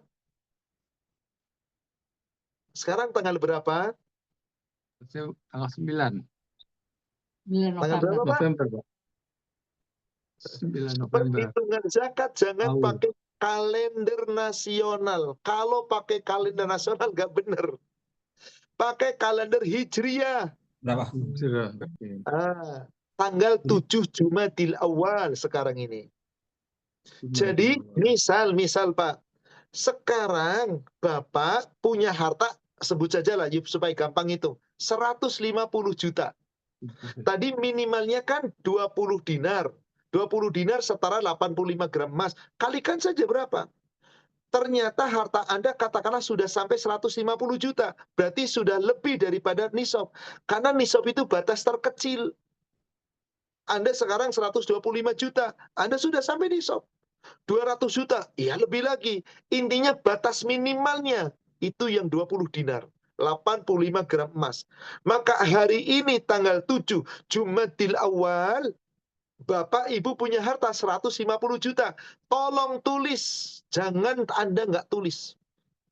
Tanggal 7 Jumadil Awal, hari Sabtu, tanggal 7 Jumadil Awal, saya punya harta. Tahun berapa? 1446. Saya punya harta sampai nisab. Nah, Bapak sudah kaya, Ibu sudah kaya. Lalu bagaimana cara menunaikannya? Endapkan harta Bapak, harta Ibu, 150 juta tadi, endapkan selama 1 tahun. Maka nanti begitu tahun berikutnya 1447 Hijriah bertepatan tanggal 7 Jumadil Awal, itu batas akhir Anda wajib tunaikan zakatnya. Berapa zakatnya? Kalau duit Anda tetap 150 juta, ya keluarkan 2,5% dari 150 juta. Kalau duit Anda bertambah karena nabung, ada tambahan, ada bonus, ada ini, ternyata duit Anda 300 juta tanggal 7 Jumadil Awal tahun 1447 Hijriah. Maka Anda wajib bayar dari seluruh harta yang ada pada saat itu. Karena semuanya sudah sampai kepada haulnya. 300 juta ambil 2,5%. Alah, cuma 7,5 juta, Pak. Kecil. Ya Allah, kecil. Maaf, Anda bayar PBB rumah berapa setahun? Gak mungkin 2,5 juta. Saya yakin mungkin belasan juta. Anda bayar pajak kendaraan berapa setahun? Kalau mobil Anda yang harganya di bawah 400 juta, 500 juta, minimal 4 juta Anda bayar. Minimal. Kalau mobil Anda harganya miliaran, bisa puluhan juta Anda bayar mobil. Masa zakat 2,5% dari harta 100 juta Anda nggak bayar? Subhanallah. Maaf, betapa banyak umat Islam nggak menunaikan zakat gara-gara nggak tahu ilmunya. Kedua, gara-gara apa? Merasa, ya kan saya kebutuhannya banyak, tapi Anda sudah punya duit sampai nisab. Bahkan benda-benda yang bergerak seperti mobil, benda-benda mati seperti rumah, seperti tanah aset, selama itu tidak berubah menjadi uang, Allah nggak minta zakatnya. Yang diminta harta yang ada di tangan. Istilahnya liquid, cair di tangan kita. Mau di brankas, mau di dompet, mau di tabungan, mau deposito, selama harta itu milik kita dan kapanpun bisa kita gunakan, cair, liquid ada pada diri kita, Anda kaya kalau sudah sampai itu. Anda tunaikan zakatnya. Jika Anda tidak menunaikan zakatnya, haram. Subhanallah. Saudara sekalian, inilah. Makanya jaminan Allah, orang yang menunaikan zakat, gandengannya tadi, aqamus shalah wa atuz zakat, belasan ayat Al-Quran, puluhan ayat Al-Quran, kalau mau digandeng dengan perintah-perintah salat dan zakat kepada umat-umat sebelum Nabi SAW. Yang tadi saya uraikan mungkin hanya belasan, tidak mungkin diuraikan dalam satu sesi. Maknanya apa? Saya tunaikan dengan tegas semua ayat Al-Quran, biar kita paham, jangan gampangin urusan zakat. Wallahualam, sepertinya waktu juga, saya nggak tahu nih kira-kira Pak Gunawan, apakah sesi zakat ini mau diperpanjang, karena ini saya di sini tidak membahas tentang cara menunaikannya. Karena kalau dibahas itu khusus lagi, butuh satu sesi penguraian. Hari ini saya membahas itu tentang dalil-dalil pentingnya zakat. Karena apa? Karena orang yang menunaikan zakat dijamin Jannatul Firdaus. Saya tidak menguraikan tentang bagaimana, kalau itu sudah teorinya menunaikannya. Karena di sini adalah dalilnya. Kalau memang dibutuhkan supaya tahu bagaimana menunaikannya, monggo pertemuan berikutnya jadi seri ketiga saya katakan. Karena bukan belum langkah keempat, ciri yang ketiga, tapi kemudian dengan uraian detail secara jelas, secara singkat, agar kita bisa menunaikan dengan tepat, insya Allah. Monggo nanti saya kembalikan kepada Majelis Taklim karena Ina, kaitannya dengan akhirat, Pak. Insya Allah. Ya, baik, boleh, monggo nanti kita akan uraikan. Jadi hari ini, kalau toh hari ini ada pertanyaan, saya belum akan menjawab perhitungan zakat. Karena kalau dijawab pasti teorinya belum ada. Saya hanya membahas terkait dengan kaidah bahwasanya dalil-dalil yang terkait dengan zakat. Memang jika dibutuhkan, Bapak setuju dan teman setuju, insya Allah. Bulan depan kita ketemu lagi, kita membahas masih poin ketiga tentang menunaikan zakat. Tapi bagaimana cara menunaikannya? Bagaimana harus ditunaikannya? Kapan harus ditunaikannya? Karena ini urusan akidah, zakat jangan main-main. Ini rukun Islam, kita harus tepat. Wallahu a'lam. Demikian. Oke. Terima kasih Pak Ustadz. Setuju Pak kelihatannya. Silakan Pak. Silakan. Baik, terima kasih Pak Ustadz atas penjelasannya dan insya Allah di bulan selanjutnya akan dibahas kembali untuk zakat ini. Ada pertanyaan dari jamaah Pak Ustadz. Salah satu yang berhak menerima zakat itu mu'alaf. Pertanyaannya, sampai kapan mu'alaf berhak menerima dan wajib untuk berzakat Pak Ustadz? Terima kasih. Baik. Saudaraku sekalian yang semua dirahmati Allah. Kita pahami tentang mu'alaf. Ada dua makna mu'alaf. Mu'alaf itu yang pertama, mu'allafatu qulubuhum. Orang yang belum masuk Islam, masih dalam keadaan non-muslim, tapi sedang diharapkan, dibujuk hatinya, dilemahkan hatinya, dilembutkan hatinya agar nerima Islam. Orang ini masih kafir, masih non-muslim, tapi masih ada sudah ada tanda-tanda dia serius untuk masuk Islam. Kalau seperti ini, meskipun dia orang kaya, mu'allafatu qulubuhum, berhak nerima Islam. Yang kedua, mu'allaf tanpa qulubuhum. Mu'allaf. Mu'allaf itu orang yang sudah masuk Islam dan baru masuk Islam. Kalau tadi belum, tapi hendak dilunakkan untuk menerima Islam. Maka kalau mu'alaf, bagaimana aturannya? Mu'alaf saat dia masuk Islam, maka para ulama mengatakan, dalam kurun waktu wajibnya zakat seseorang, 1 tahun haulnya. Maka dikatakan mu'alaf 1 tahun pertama itu masih kategori bisa dikatakan mu'alaf. Karena dia baru masuk Islam, maka dia berhak menerima zakat. Meskipun orang kaya. Tapi ketika sudah lepas dari 1 tahun berikutnya, karena haulnya zakat itu 1 tahun, maka andai mu'alaf itu orang kaya, ya nggak boleh zakat, bahkan dia wajib zakat.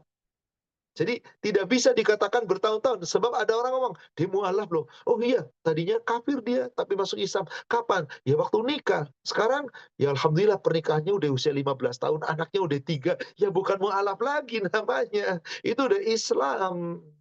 Demikian, wallahu a'lam.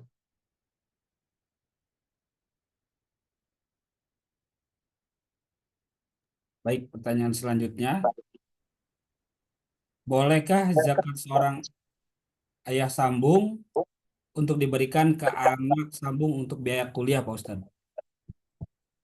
Zakat yang 8 golongan tadi boleh diberikan kepada siapapun kecuali ada beberapa golongan. Pertama, anak memberikan zakat kepada orang tua haram, tidak boleh. Anak memberikan zakat kepada orang tua haram. Lalu orang tua memberikan zakat kepada anak haram, karena anak kewajiban. Nah, pertanyaan, si A fulan bapak nikah dengan fulana ibu. Ternyata si ibu fulana ini ketika nikah dia punya anak sudah cukup besar. Dan anak ini kemudian disekolahkan, kuliah. Tapi ibunya nggak mampu. Sementara si ayah sambungnya mampu. Apakah ayah sambung boleh memberikan zakat kepada anak sambungnya tadi? Yaitu anak tiri daripada si fulana yang dinikah? Telah sepakat ulama, haram, tidak boleh. Sebab anak yang ibunya telah dinikah menjadi mutlak tanggung jawab bapaknya. Jadi memang secara hubungan darah tidak ada hubungan darah, tapi sudah menjadi mahram karena ikatan pertalian orang tuanya dengan bapaknya ini. Maka si bapak ini wajib menyantuni semampunya kepada anak tirinya, tetapi tidak boleh dikeluarkan dari zakat. Karena anak tiri kalau sudah dinikah orang tuanya, berarti sudah menjadi bagian daripada kehidupan. Sudah menjadi mahram, maka tidak boleh. Nah, setelah itu kemana boleh zakat? Kemanapun, termasuk ke saudara, ke kanan, ke kiri, nyamping. Saudara kandung, bisa dari om, tante, om dari pihak suami, om dari pihak istri, tante, ponakan, saudara kandung, silahkan itu boleh. Yang nggak boleh cuma ke atas orang tua, ke bawah anak. Dan tentu ke samping itu pasangan. Jangan sekali-kali istri pelit banget ngasih zakat buat istrinya. Istri kaya ngasih zakat buat suaminya, nggak boleh.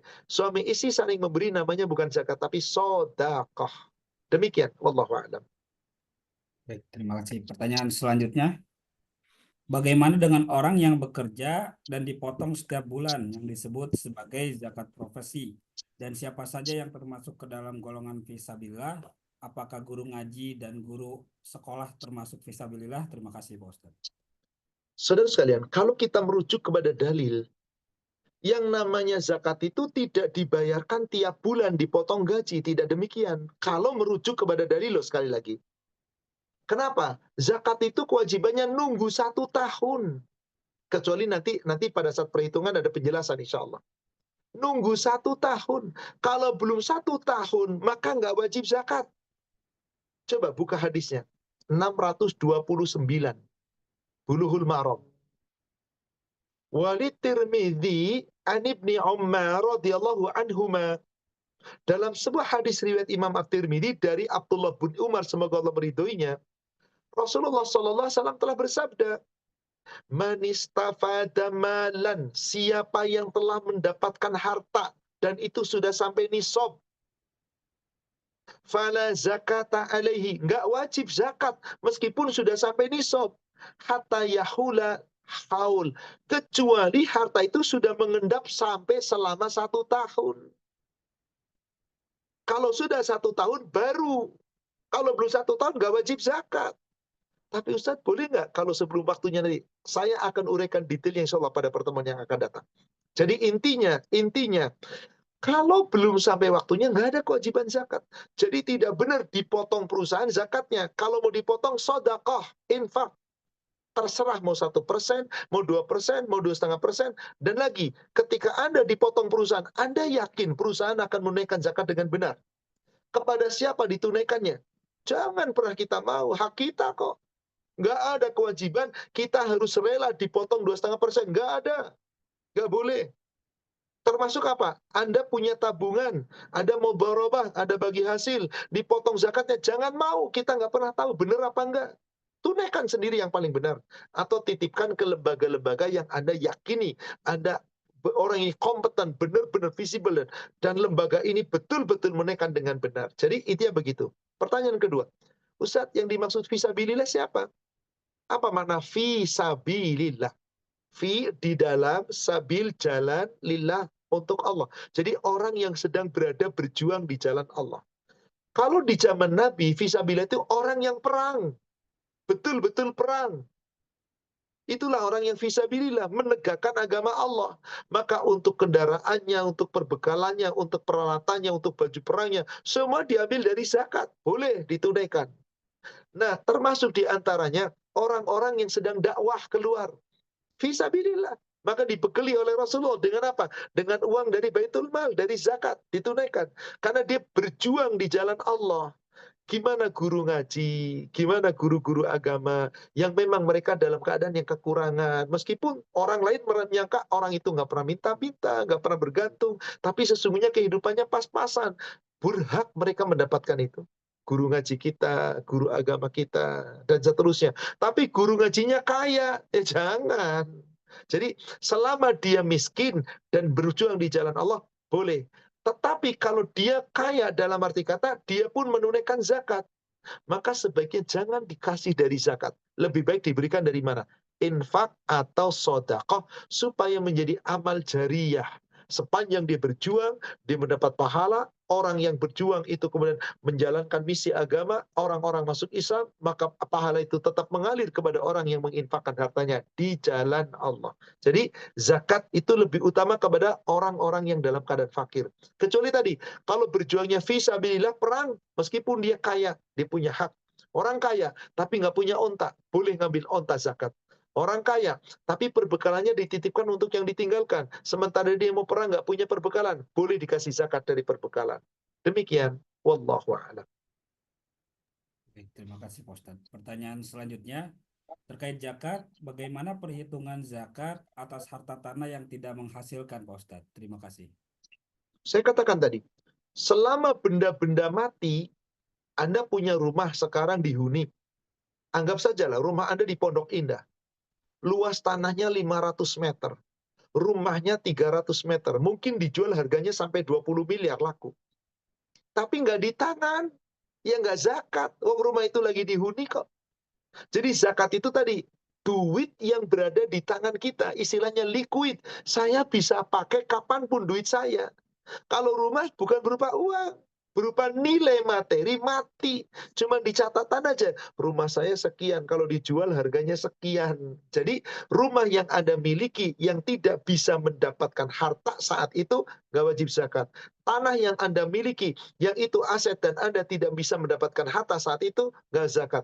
Mobil yang Anda pakai yang saat itu hanya dipakai untuk kebutuhan hidup. Untuk berdagang, untuk bekerja, untuk ini dan itu. Selama Anda dulu saat beli sudah zakatnya sudah. Maka benda-benda mati yang bergerak atau benda mati yang diam, mobil dan seterusnya tidak bayar zakat selama itu belum berubah menjadi harta.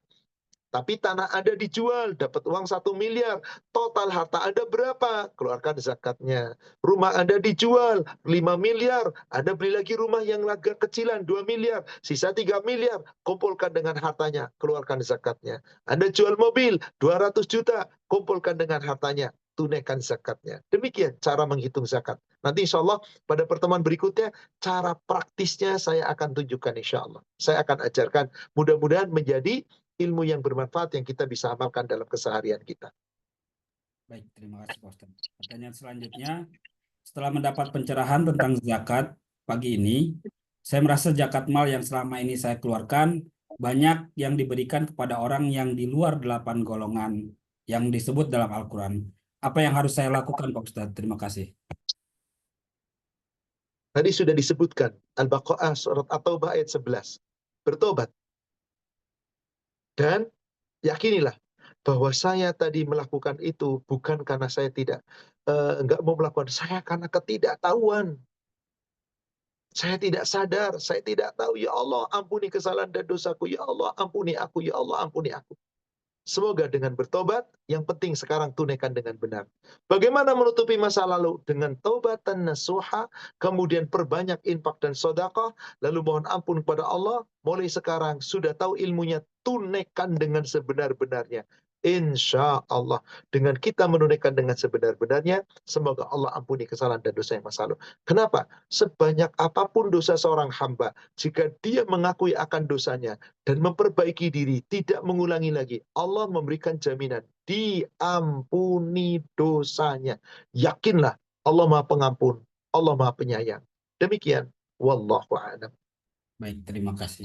Bagi jamaah mungkin yang ingin bertanya langsung, bisa mengangkat tangan atau memberi tanda mengangkat, nanti akan diberi kesempatan untuk bertanya langsung. Pertanyaan selanjutnya, bagaimana harta likuid dari perusahaan Pak Ustadz? Terima kasih. Perusahaan milik siapa? Kalau perusahaan milik Anda, ya berarti milik Anda. Seluruh harta perusahaan Anda jangan dipilah-pilah. Harta itu nggak boleh dipisah-pisah. Jadikan satu. Jadikan satu. Tadi sudah saya sebutkan di hadis nomor 627. Tapi saya penggal tadi bagian ujungnya karena agak panjang. Di situ ada perintah, jangan dipisahkan perhitungan zakat. Semua yang harta miliki, mau perusahaan, mau pribadi, mau dagang, sama. Di dalam pembukuan oke. Contoh, Anda pengusaha, punya usaha sendiri. Pembukuan duit usaha, oke, dipisah. Ada sekretaris dan keuangan, oke. Anda juga punya perdagangan yang lain. Di rumah, yang bersama-sama orang rumah, ngurus dagangan, dan cuan rumah pesat. Pembukuan harta perdagangan di rumah sendiri, oke. Anda juga punya harta dapat warisan, dan seterusnya. Silakan dipisah-pisah perhitungan. Hartanya nggak masalah. Tapi begitu haul Anda sudah sampai, semua harta yang Anda miliki jadi satu. Berapa keuntungan perusahaan ini? Berapa keuntungan dagang di rumah ini? Berapa yang Anda telah miliki harta itu selama di tabungan ada berapa tabungan Anda kumpulin jadi satu, ada berapa perhiasan Anda kumpulin jadi satu, seluruhnya dihitung secara total, keluarkan zakatnya tiap sampai haul tadi, setahun sekali. Maka sudah tahu haulnya, kapan haul Anda, di bulan apa, maka rutinitas di situ. Setiap tahun, sehingga ada, ingat setiap bulan ini tadi, ada yang di bulan Zulqa'dah, ada yang di bulan Rabiul Awal, ada yang di bulan Jumadil Awal, nanti ada yang di bulan Ramadan, ada yang di bulan Syawal. Jadi bukan Ramadan tepat bayar zakat, salah, keliru. Ramadan itu perbanyak infak sedekah. Zakat itu nggak nunggu Ramadan. Zakat itu dibayar pada haulnya. Kapan haul Anda? Tergantung masing-masing. Duit Anda kapan didapatkan sampai risau. Ustadz, baru tahu sekarang dalilnya Ustadz. Kemarin-kemarin kayaknya nggak tepat, kayaknya nggak benar. Bismillah. Anda tentukan. Bismillah. Ya Allah, aku selama ini zalim. Hari ini aku ngaji, ya Allah. Aku mau tetapkan Jumadil Awal ini menjadi pokok haul. Bismillah. Tapi saya butuh perhitungan, ya Allah. Saya minta waktu, ya Allah. Saya akan tetapkan. Nanti pada takhir Jumadil Awal, tanggal 30 Jumadil Awal, atau tanggal 1 Jumadil Akhir, Jumadil Tsani, saya sudah hitung semua harta saya. Bismillah ya Allah. Untuk selanjutnya, saya tentukan zakat saya bayar tiap tanggal 1 Jumadil Tsani. Itu batas akhir, nggak boleh ditunda lagi. Sama seperti sholat. Waktu sholat duhur, batasnya sampai jam 3. Karena sudah jam 3 masuk asar. Anda paling lambat sholat duhur sebelum masuk waktu asar. Ketika contohnya Anda kelalai ketiduran, ada dalam ini kelupaan, ada dalam perjalanan, itu segera. Ada rukhsah kapan? Kalau Anda dalam keadaan yang ketiduran, belum sadar, ternyata sudah jam 4, ya sudah, sholat duhur lakukan, qadha, plus sholat asar, dijamak sekaligus dengan asar. Artinya apa saudara sekalian? Harus tepat sasaran. Tidak boleh menunda, tidak boleh mengakhirkan, tidak boleh mempercepat. Kecuali ada dalilnya, insya Allah diceritakan, diuraikan detail pada pertemuan yang akan datang. Insya Allah. Wallahu a'lam. Baik, terima kasih Pak Ustadz. Pertanyaan selanjutnya, pernah dengar ceramah kalau zakat mal harus kita berikan di sekitar lingkungan kita dan ada denda kalau tidak. Bukankah kita harus mendahulukan saudara-saudara atau karib kerabat dulu yang tidak mampu, Pak Ustadz? Mohon pencerahannya, Pak Ustadz. Terima kasih. Yang paling utama, apapun zakat kita, infak kita, sedekah kita, urutannya tadi sudah disebutkan di surat Al-Baqarah 177. Zawil kurba wal yatama wal masakin dan seterusnya.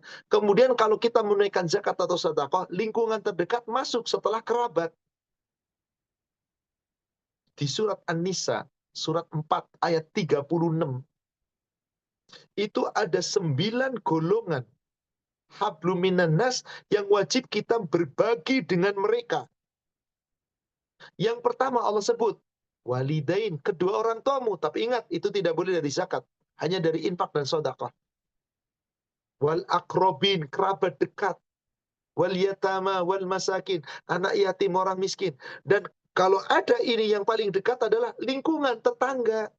Maka jaridil qurba, tetangga dekat, jaril junub, tetangga jauh, wasahibil jam, teman-teman sejawat, wabnas sabil, orang yang sedang dalam perjalanan, wa malakat aimanukum, dan orang-orang yang menjadi tanggung jawabmu, pelayan kamu, karyawan kamu, bawahan kamu, rumah asisten rumah tangga kamu yang ada di bawah kita. Maka yang terbaik memberikan itu adalah lingkungan terdekat, betul. Tapi apakah harus lingkungan terdekat dulu habis? Tidak, berbagi. Kalau harta Anda cukup, misal, harta Anda misalkan 400 juta. Maka zakatnya kan 10 juta. Anda bisa berbagi, yang 4 juta lingkungan terdekat. Enggak banyak Ustadz lingkungan terdekat, yang 2 juta lingkungan terdekat. Ada saudara-saudara dekat, kasih. Sisanya berapa? 4 juta. Anda bisa sebar kemana? Titipkan ke yang lain. Yang penting orang yang dititipi itu orang yang amanah, orang yang jujur, dan tepat sasaran pula ketika menunaikan zakat yang Anda titipi. Jangan sembarang, karena kita tidak tahu. Makanya tadi, Anda dipotong zakatnya tiap gajian. Siapa yang ngelola? Kepada siapa diberikan? Anda tahu apa enggak? Nggak tahu Ustadz. Wong, saya nggak tahu, itu kan perusahaannya juga perusahaan orang kafir lagi, perusahaan negeri lagi, perusahaan bisnis yang nggak tahu benar apa enggak. Nah, kemana nanti? Maka alangkah baik tunaikan sendiri.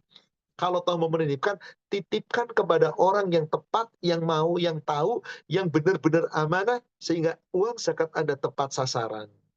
Demikian, wallahu a'lam.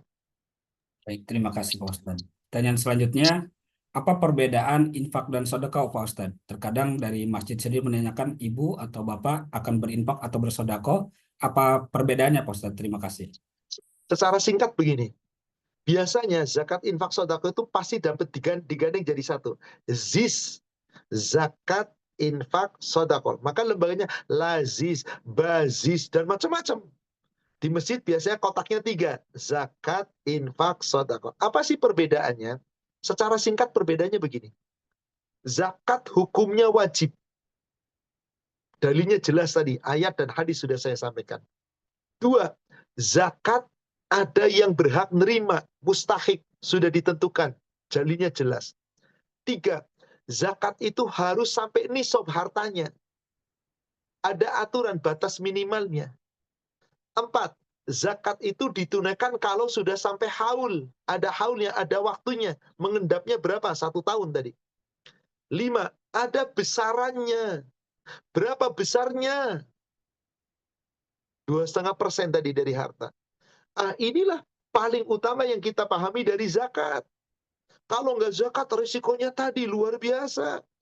dikalungkan, dipanaskan, jadi ular, jadi wah semuanya resikonya luar biasa mengerikan. Hartanya separuh dirampas, diperangi oleh Rasulullah. Inilah zakat. Sementara infak secara hukum sama, wajib. Tapi mustahiknya ditentukan, tapi beda dengan zakat. Dan nggak ada nisab. Anda duitnya cuma 1 juta, wajib infak Anda semampu Anda.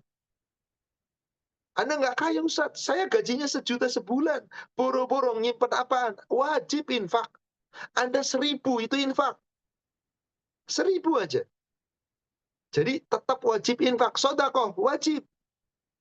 Hanya infak itu ada aturan kepada siapa, sodakoh bebas. Hukumnya sama-sama wajib.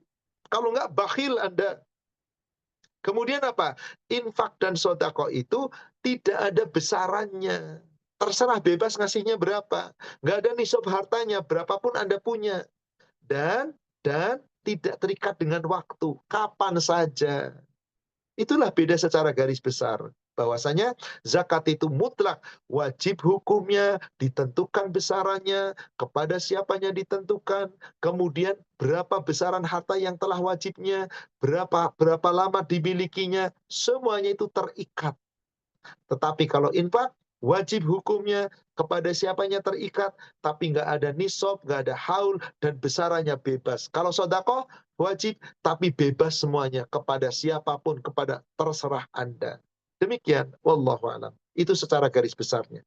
Baik, terima kasih. Pertanyaan selanjutnya, boleh zakat sama adik kandung yang tidak punya penghasilan tetap, dan apakah ketika kita menabung harus di bank syariah, Pak Ustadz? Terima kasih. Apa tadi yang pertama? Bolehkah apa, akhi? Zakat kepada adik kandung yang tidak punya penghasilan tetap, Pak Ustadz. Tadi saya sudah katakan, selama bukan orang tua, selama bukan anak, kesamping bukan pasangan suami istri, maka selain itu halal. Adik kandung, kakak kandung, om, tante, terserah Anda. Selama memang dia tidak mampu, berarti dia masuk mustahik, orang yang berhak menerima zakat. Boleh ke adik kandung, boleh ke kakak kandung, boleh ke om, tante, dari bapak, dari ibu, terserah. Selama bukan kepada orang tua ke atas, bukan kepada anak ke bawah, bukan kepada pasangan ke samping. Selain itu, boleh. Kemudian apa tadi pertanyaan kedua? Menabung apakah harus di bank syariah? Apakah menabung harus di bank syariah? Ya kalau kita ingin aman, syariah sudah menyatakan dirinya syar'i. Atau lagi kita bisa milih di bank syariah itu. Ada yang mudharabah bagi hasil, ada yang cuma menabung saja. Kita cuma menitipkan, nggak nitip apa, nggak ada hasil apa-apa. Uang kita itu yang paling aman, silahkan. Tentu selama masih ada syariah, yang terbaik kita seorang muslim. Mari kita menuju ke yang syar'i. Jangan kepada yang masih konvensional, yang masih menetapkan bunga bank dan seterusnya. Karena telah sepakat ulama, bunga bank haram. Bahkan MUI sudah menfatwakan tentang bunga bank konvensional. Haram fatwa MUI. Kalau kita sebagai seorang muslim yang baik, maka ikutilah fatwa yang benar. Wallahu a'lam. Demikian. Baik, pertanyaan selanjutnya, Pak Ustadz. Misalkan punya tabungan, sudah pensiun, suami sudah wafat, tabungan adalah untuk biaya kehidupan, perbaikan rumah, bayar kewajiban-kewajiban. Apakah masih diwajibkan zakat, Pak Ustadz? Dan bagaimana perhitungan zakatnya, Pak Ustadz? Terima kasih. Saudara sekalian, jangan kita lihat pensiun, jangan kita lihat suami sudah meninggal, jangan kita lihat saya sudah tua, saya sendiri, jangan. Yang dilihat adalah berapa harta Anda. Anda pensiunan, tiap pensiun mendapatkan 10 juta, tapi simpanan Anda ada 2 miliar. Ya kaya dong Anda. Jangan dilihat pensiunannya. Yang dilihat adalah berapa harta yang Anda miliki. Anda pensiun 20 juta sebulan, tapi Anda nggak punya harta apa-apa kecuali 20 juta. Nah, 20 juta itu habis tiap bulan, paling bisa nabung 1 juta, 2 juta. Karena masih ada cucu di sana yang nggak mampu, bareng dengan cucu, bareng dengan anak, untuk hidup sehari-hari, untuk biaya untuk ini. Dari pensiunan 20 juta, habis minimal 15 juta, maksimal kadang 18 juta, paling bisa nabung 2 juta. Suatu ketika 2 juta diambil untuk keperluan. Jadi di tabungan nggak punya apa-apa, katakanlah punya cuma 40 juta, nggak ada apa-apa, 20 juta pensiun tiap bulan habis. Nggak usah bayar zakat Anda. Nggak sampai nisab harta Anda. Uang tabungannya nggak sampai nisab kok. Jadi jangan dilihat berapa penghasilan Anda, jangan dilihat apakah pensiun, apakah janda, nggak punya, apakah untuk hidup sehari-hari, untuk biaya perbaikan, nggak usah dilihat itu. Yang dilihat adalah berapa harta Anda. Selama harta Anda sampai nisab, wajib bayar zakat. Jadi patokannya di nisab, bukan siapa Anda. Demikian. Banyak orang pensiun, duitnya miliaran kok. Banyak. Tetap wajib zakat selama harta yang ada di tabungan, yang ada likuid, sampai dengan nisabnya. Masih ada di batas nisabnya. Wallahu a'lam. Baik, pertanyaan selanjutnya terkait zakat fitrah, Pak Ustadz. Sekarang sudah ditentukan boleh pakai uang ataupun beras. Pertanyaannya, untuk uang zakat fitrah, apakah boleh digunakan untuk operasional masjid, Pak Ustadz? Terima kasih. Yang menentukan boleh pakai uang siapa? Coba lihat fatwa MUI. Coba tengok. Zakat fitri terbaik itu adalah makanan. Karena yang diperintahkan oleh Rasulullah, zakat fitri itu adalah to'am. To'am. Yang namanya to'am makanan, bukan mal. Kalau duit itu mal. Maka saudaraku sekalian, semoga dirahmati Allah. Setiap kita menunaikan sesuatu kewajiban, hendaklah tepat sasaran. Tetap sasaran, so'an min to'am. Makanan. Coba perhatikan. Yang namanya zakat fitri itu gunanya untuk apa? Untuk membersihkan puasa kita. Kalau kita nggak dibersihkan, kotor. Ini, hati-hati. Jangan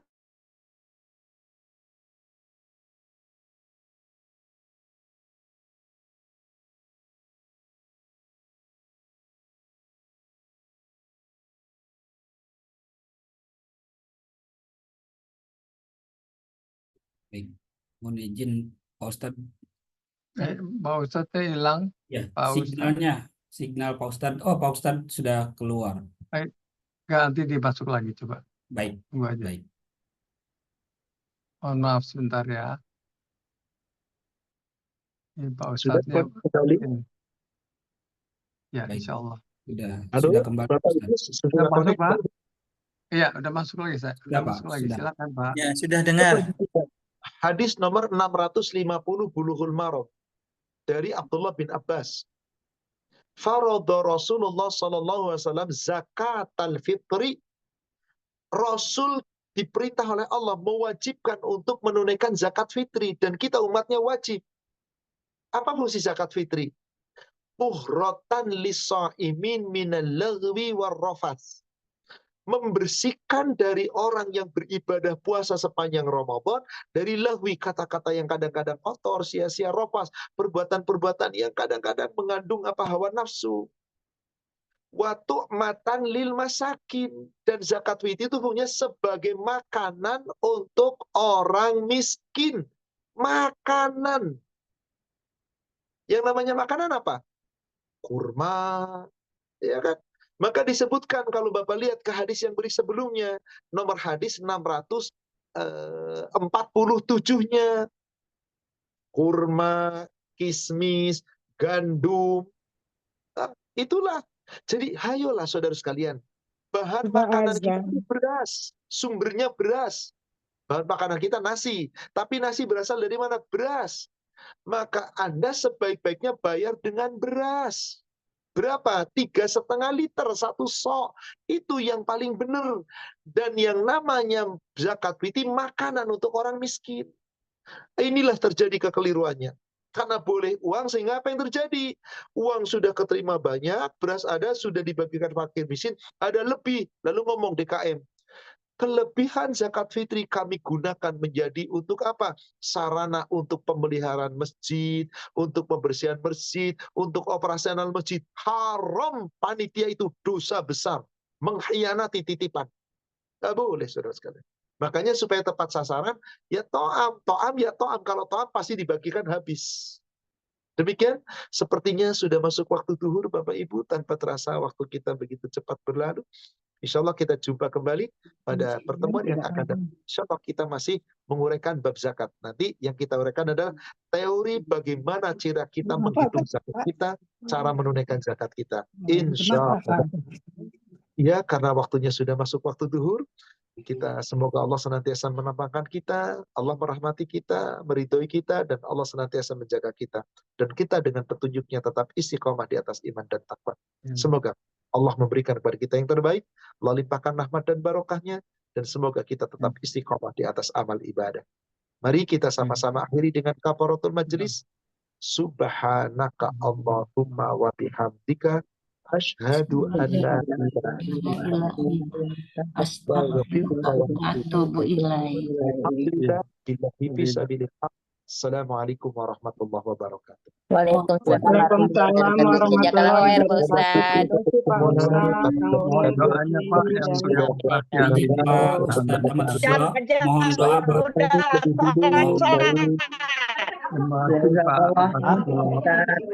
Terima kasih Pak. Terima kasih buat Thank you, semua. Pak. Iya. Maaf. Puji, pamit ya. Terima kasih buat semua. Terima kasih semua. Izin pamit. Pamit.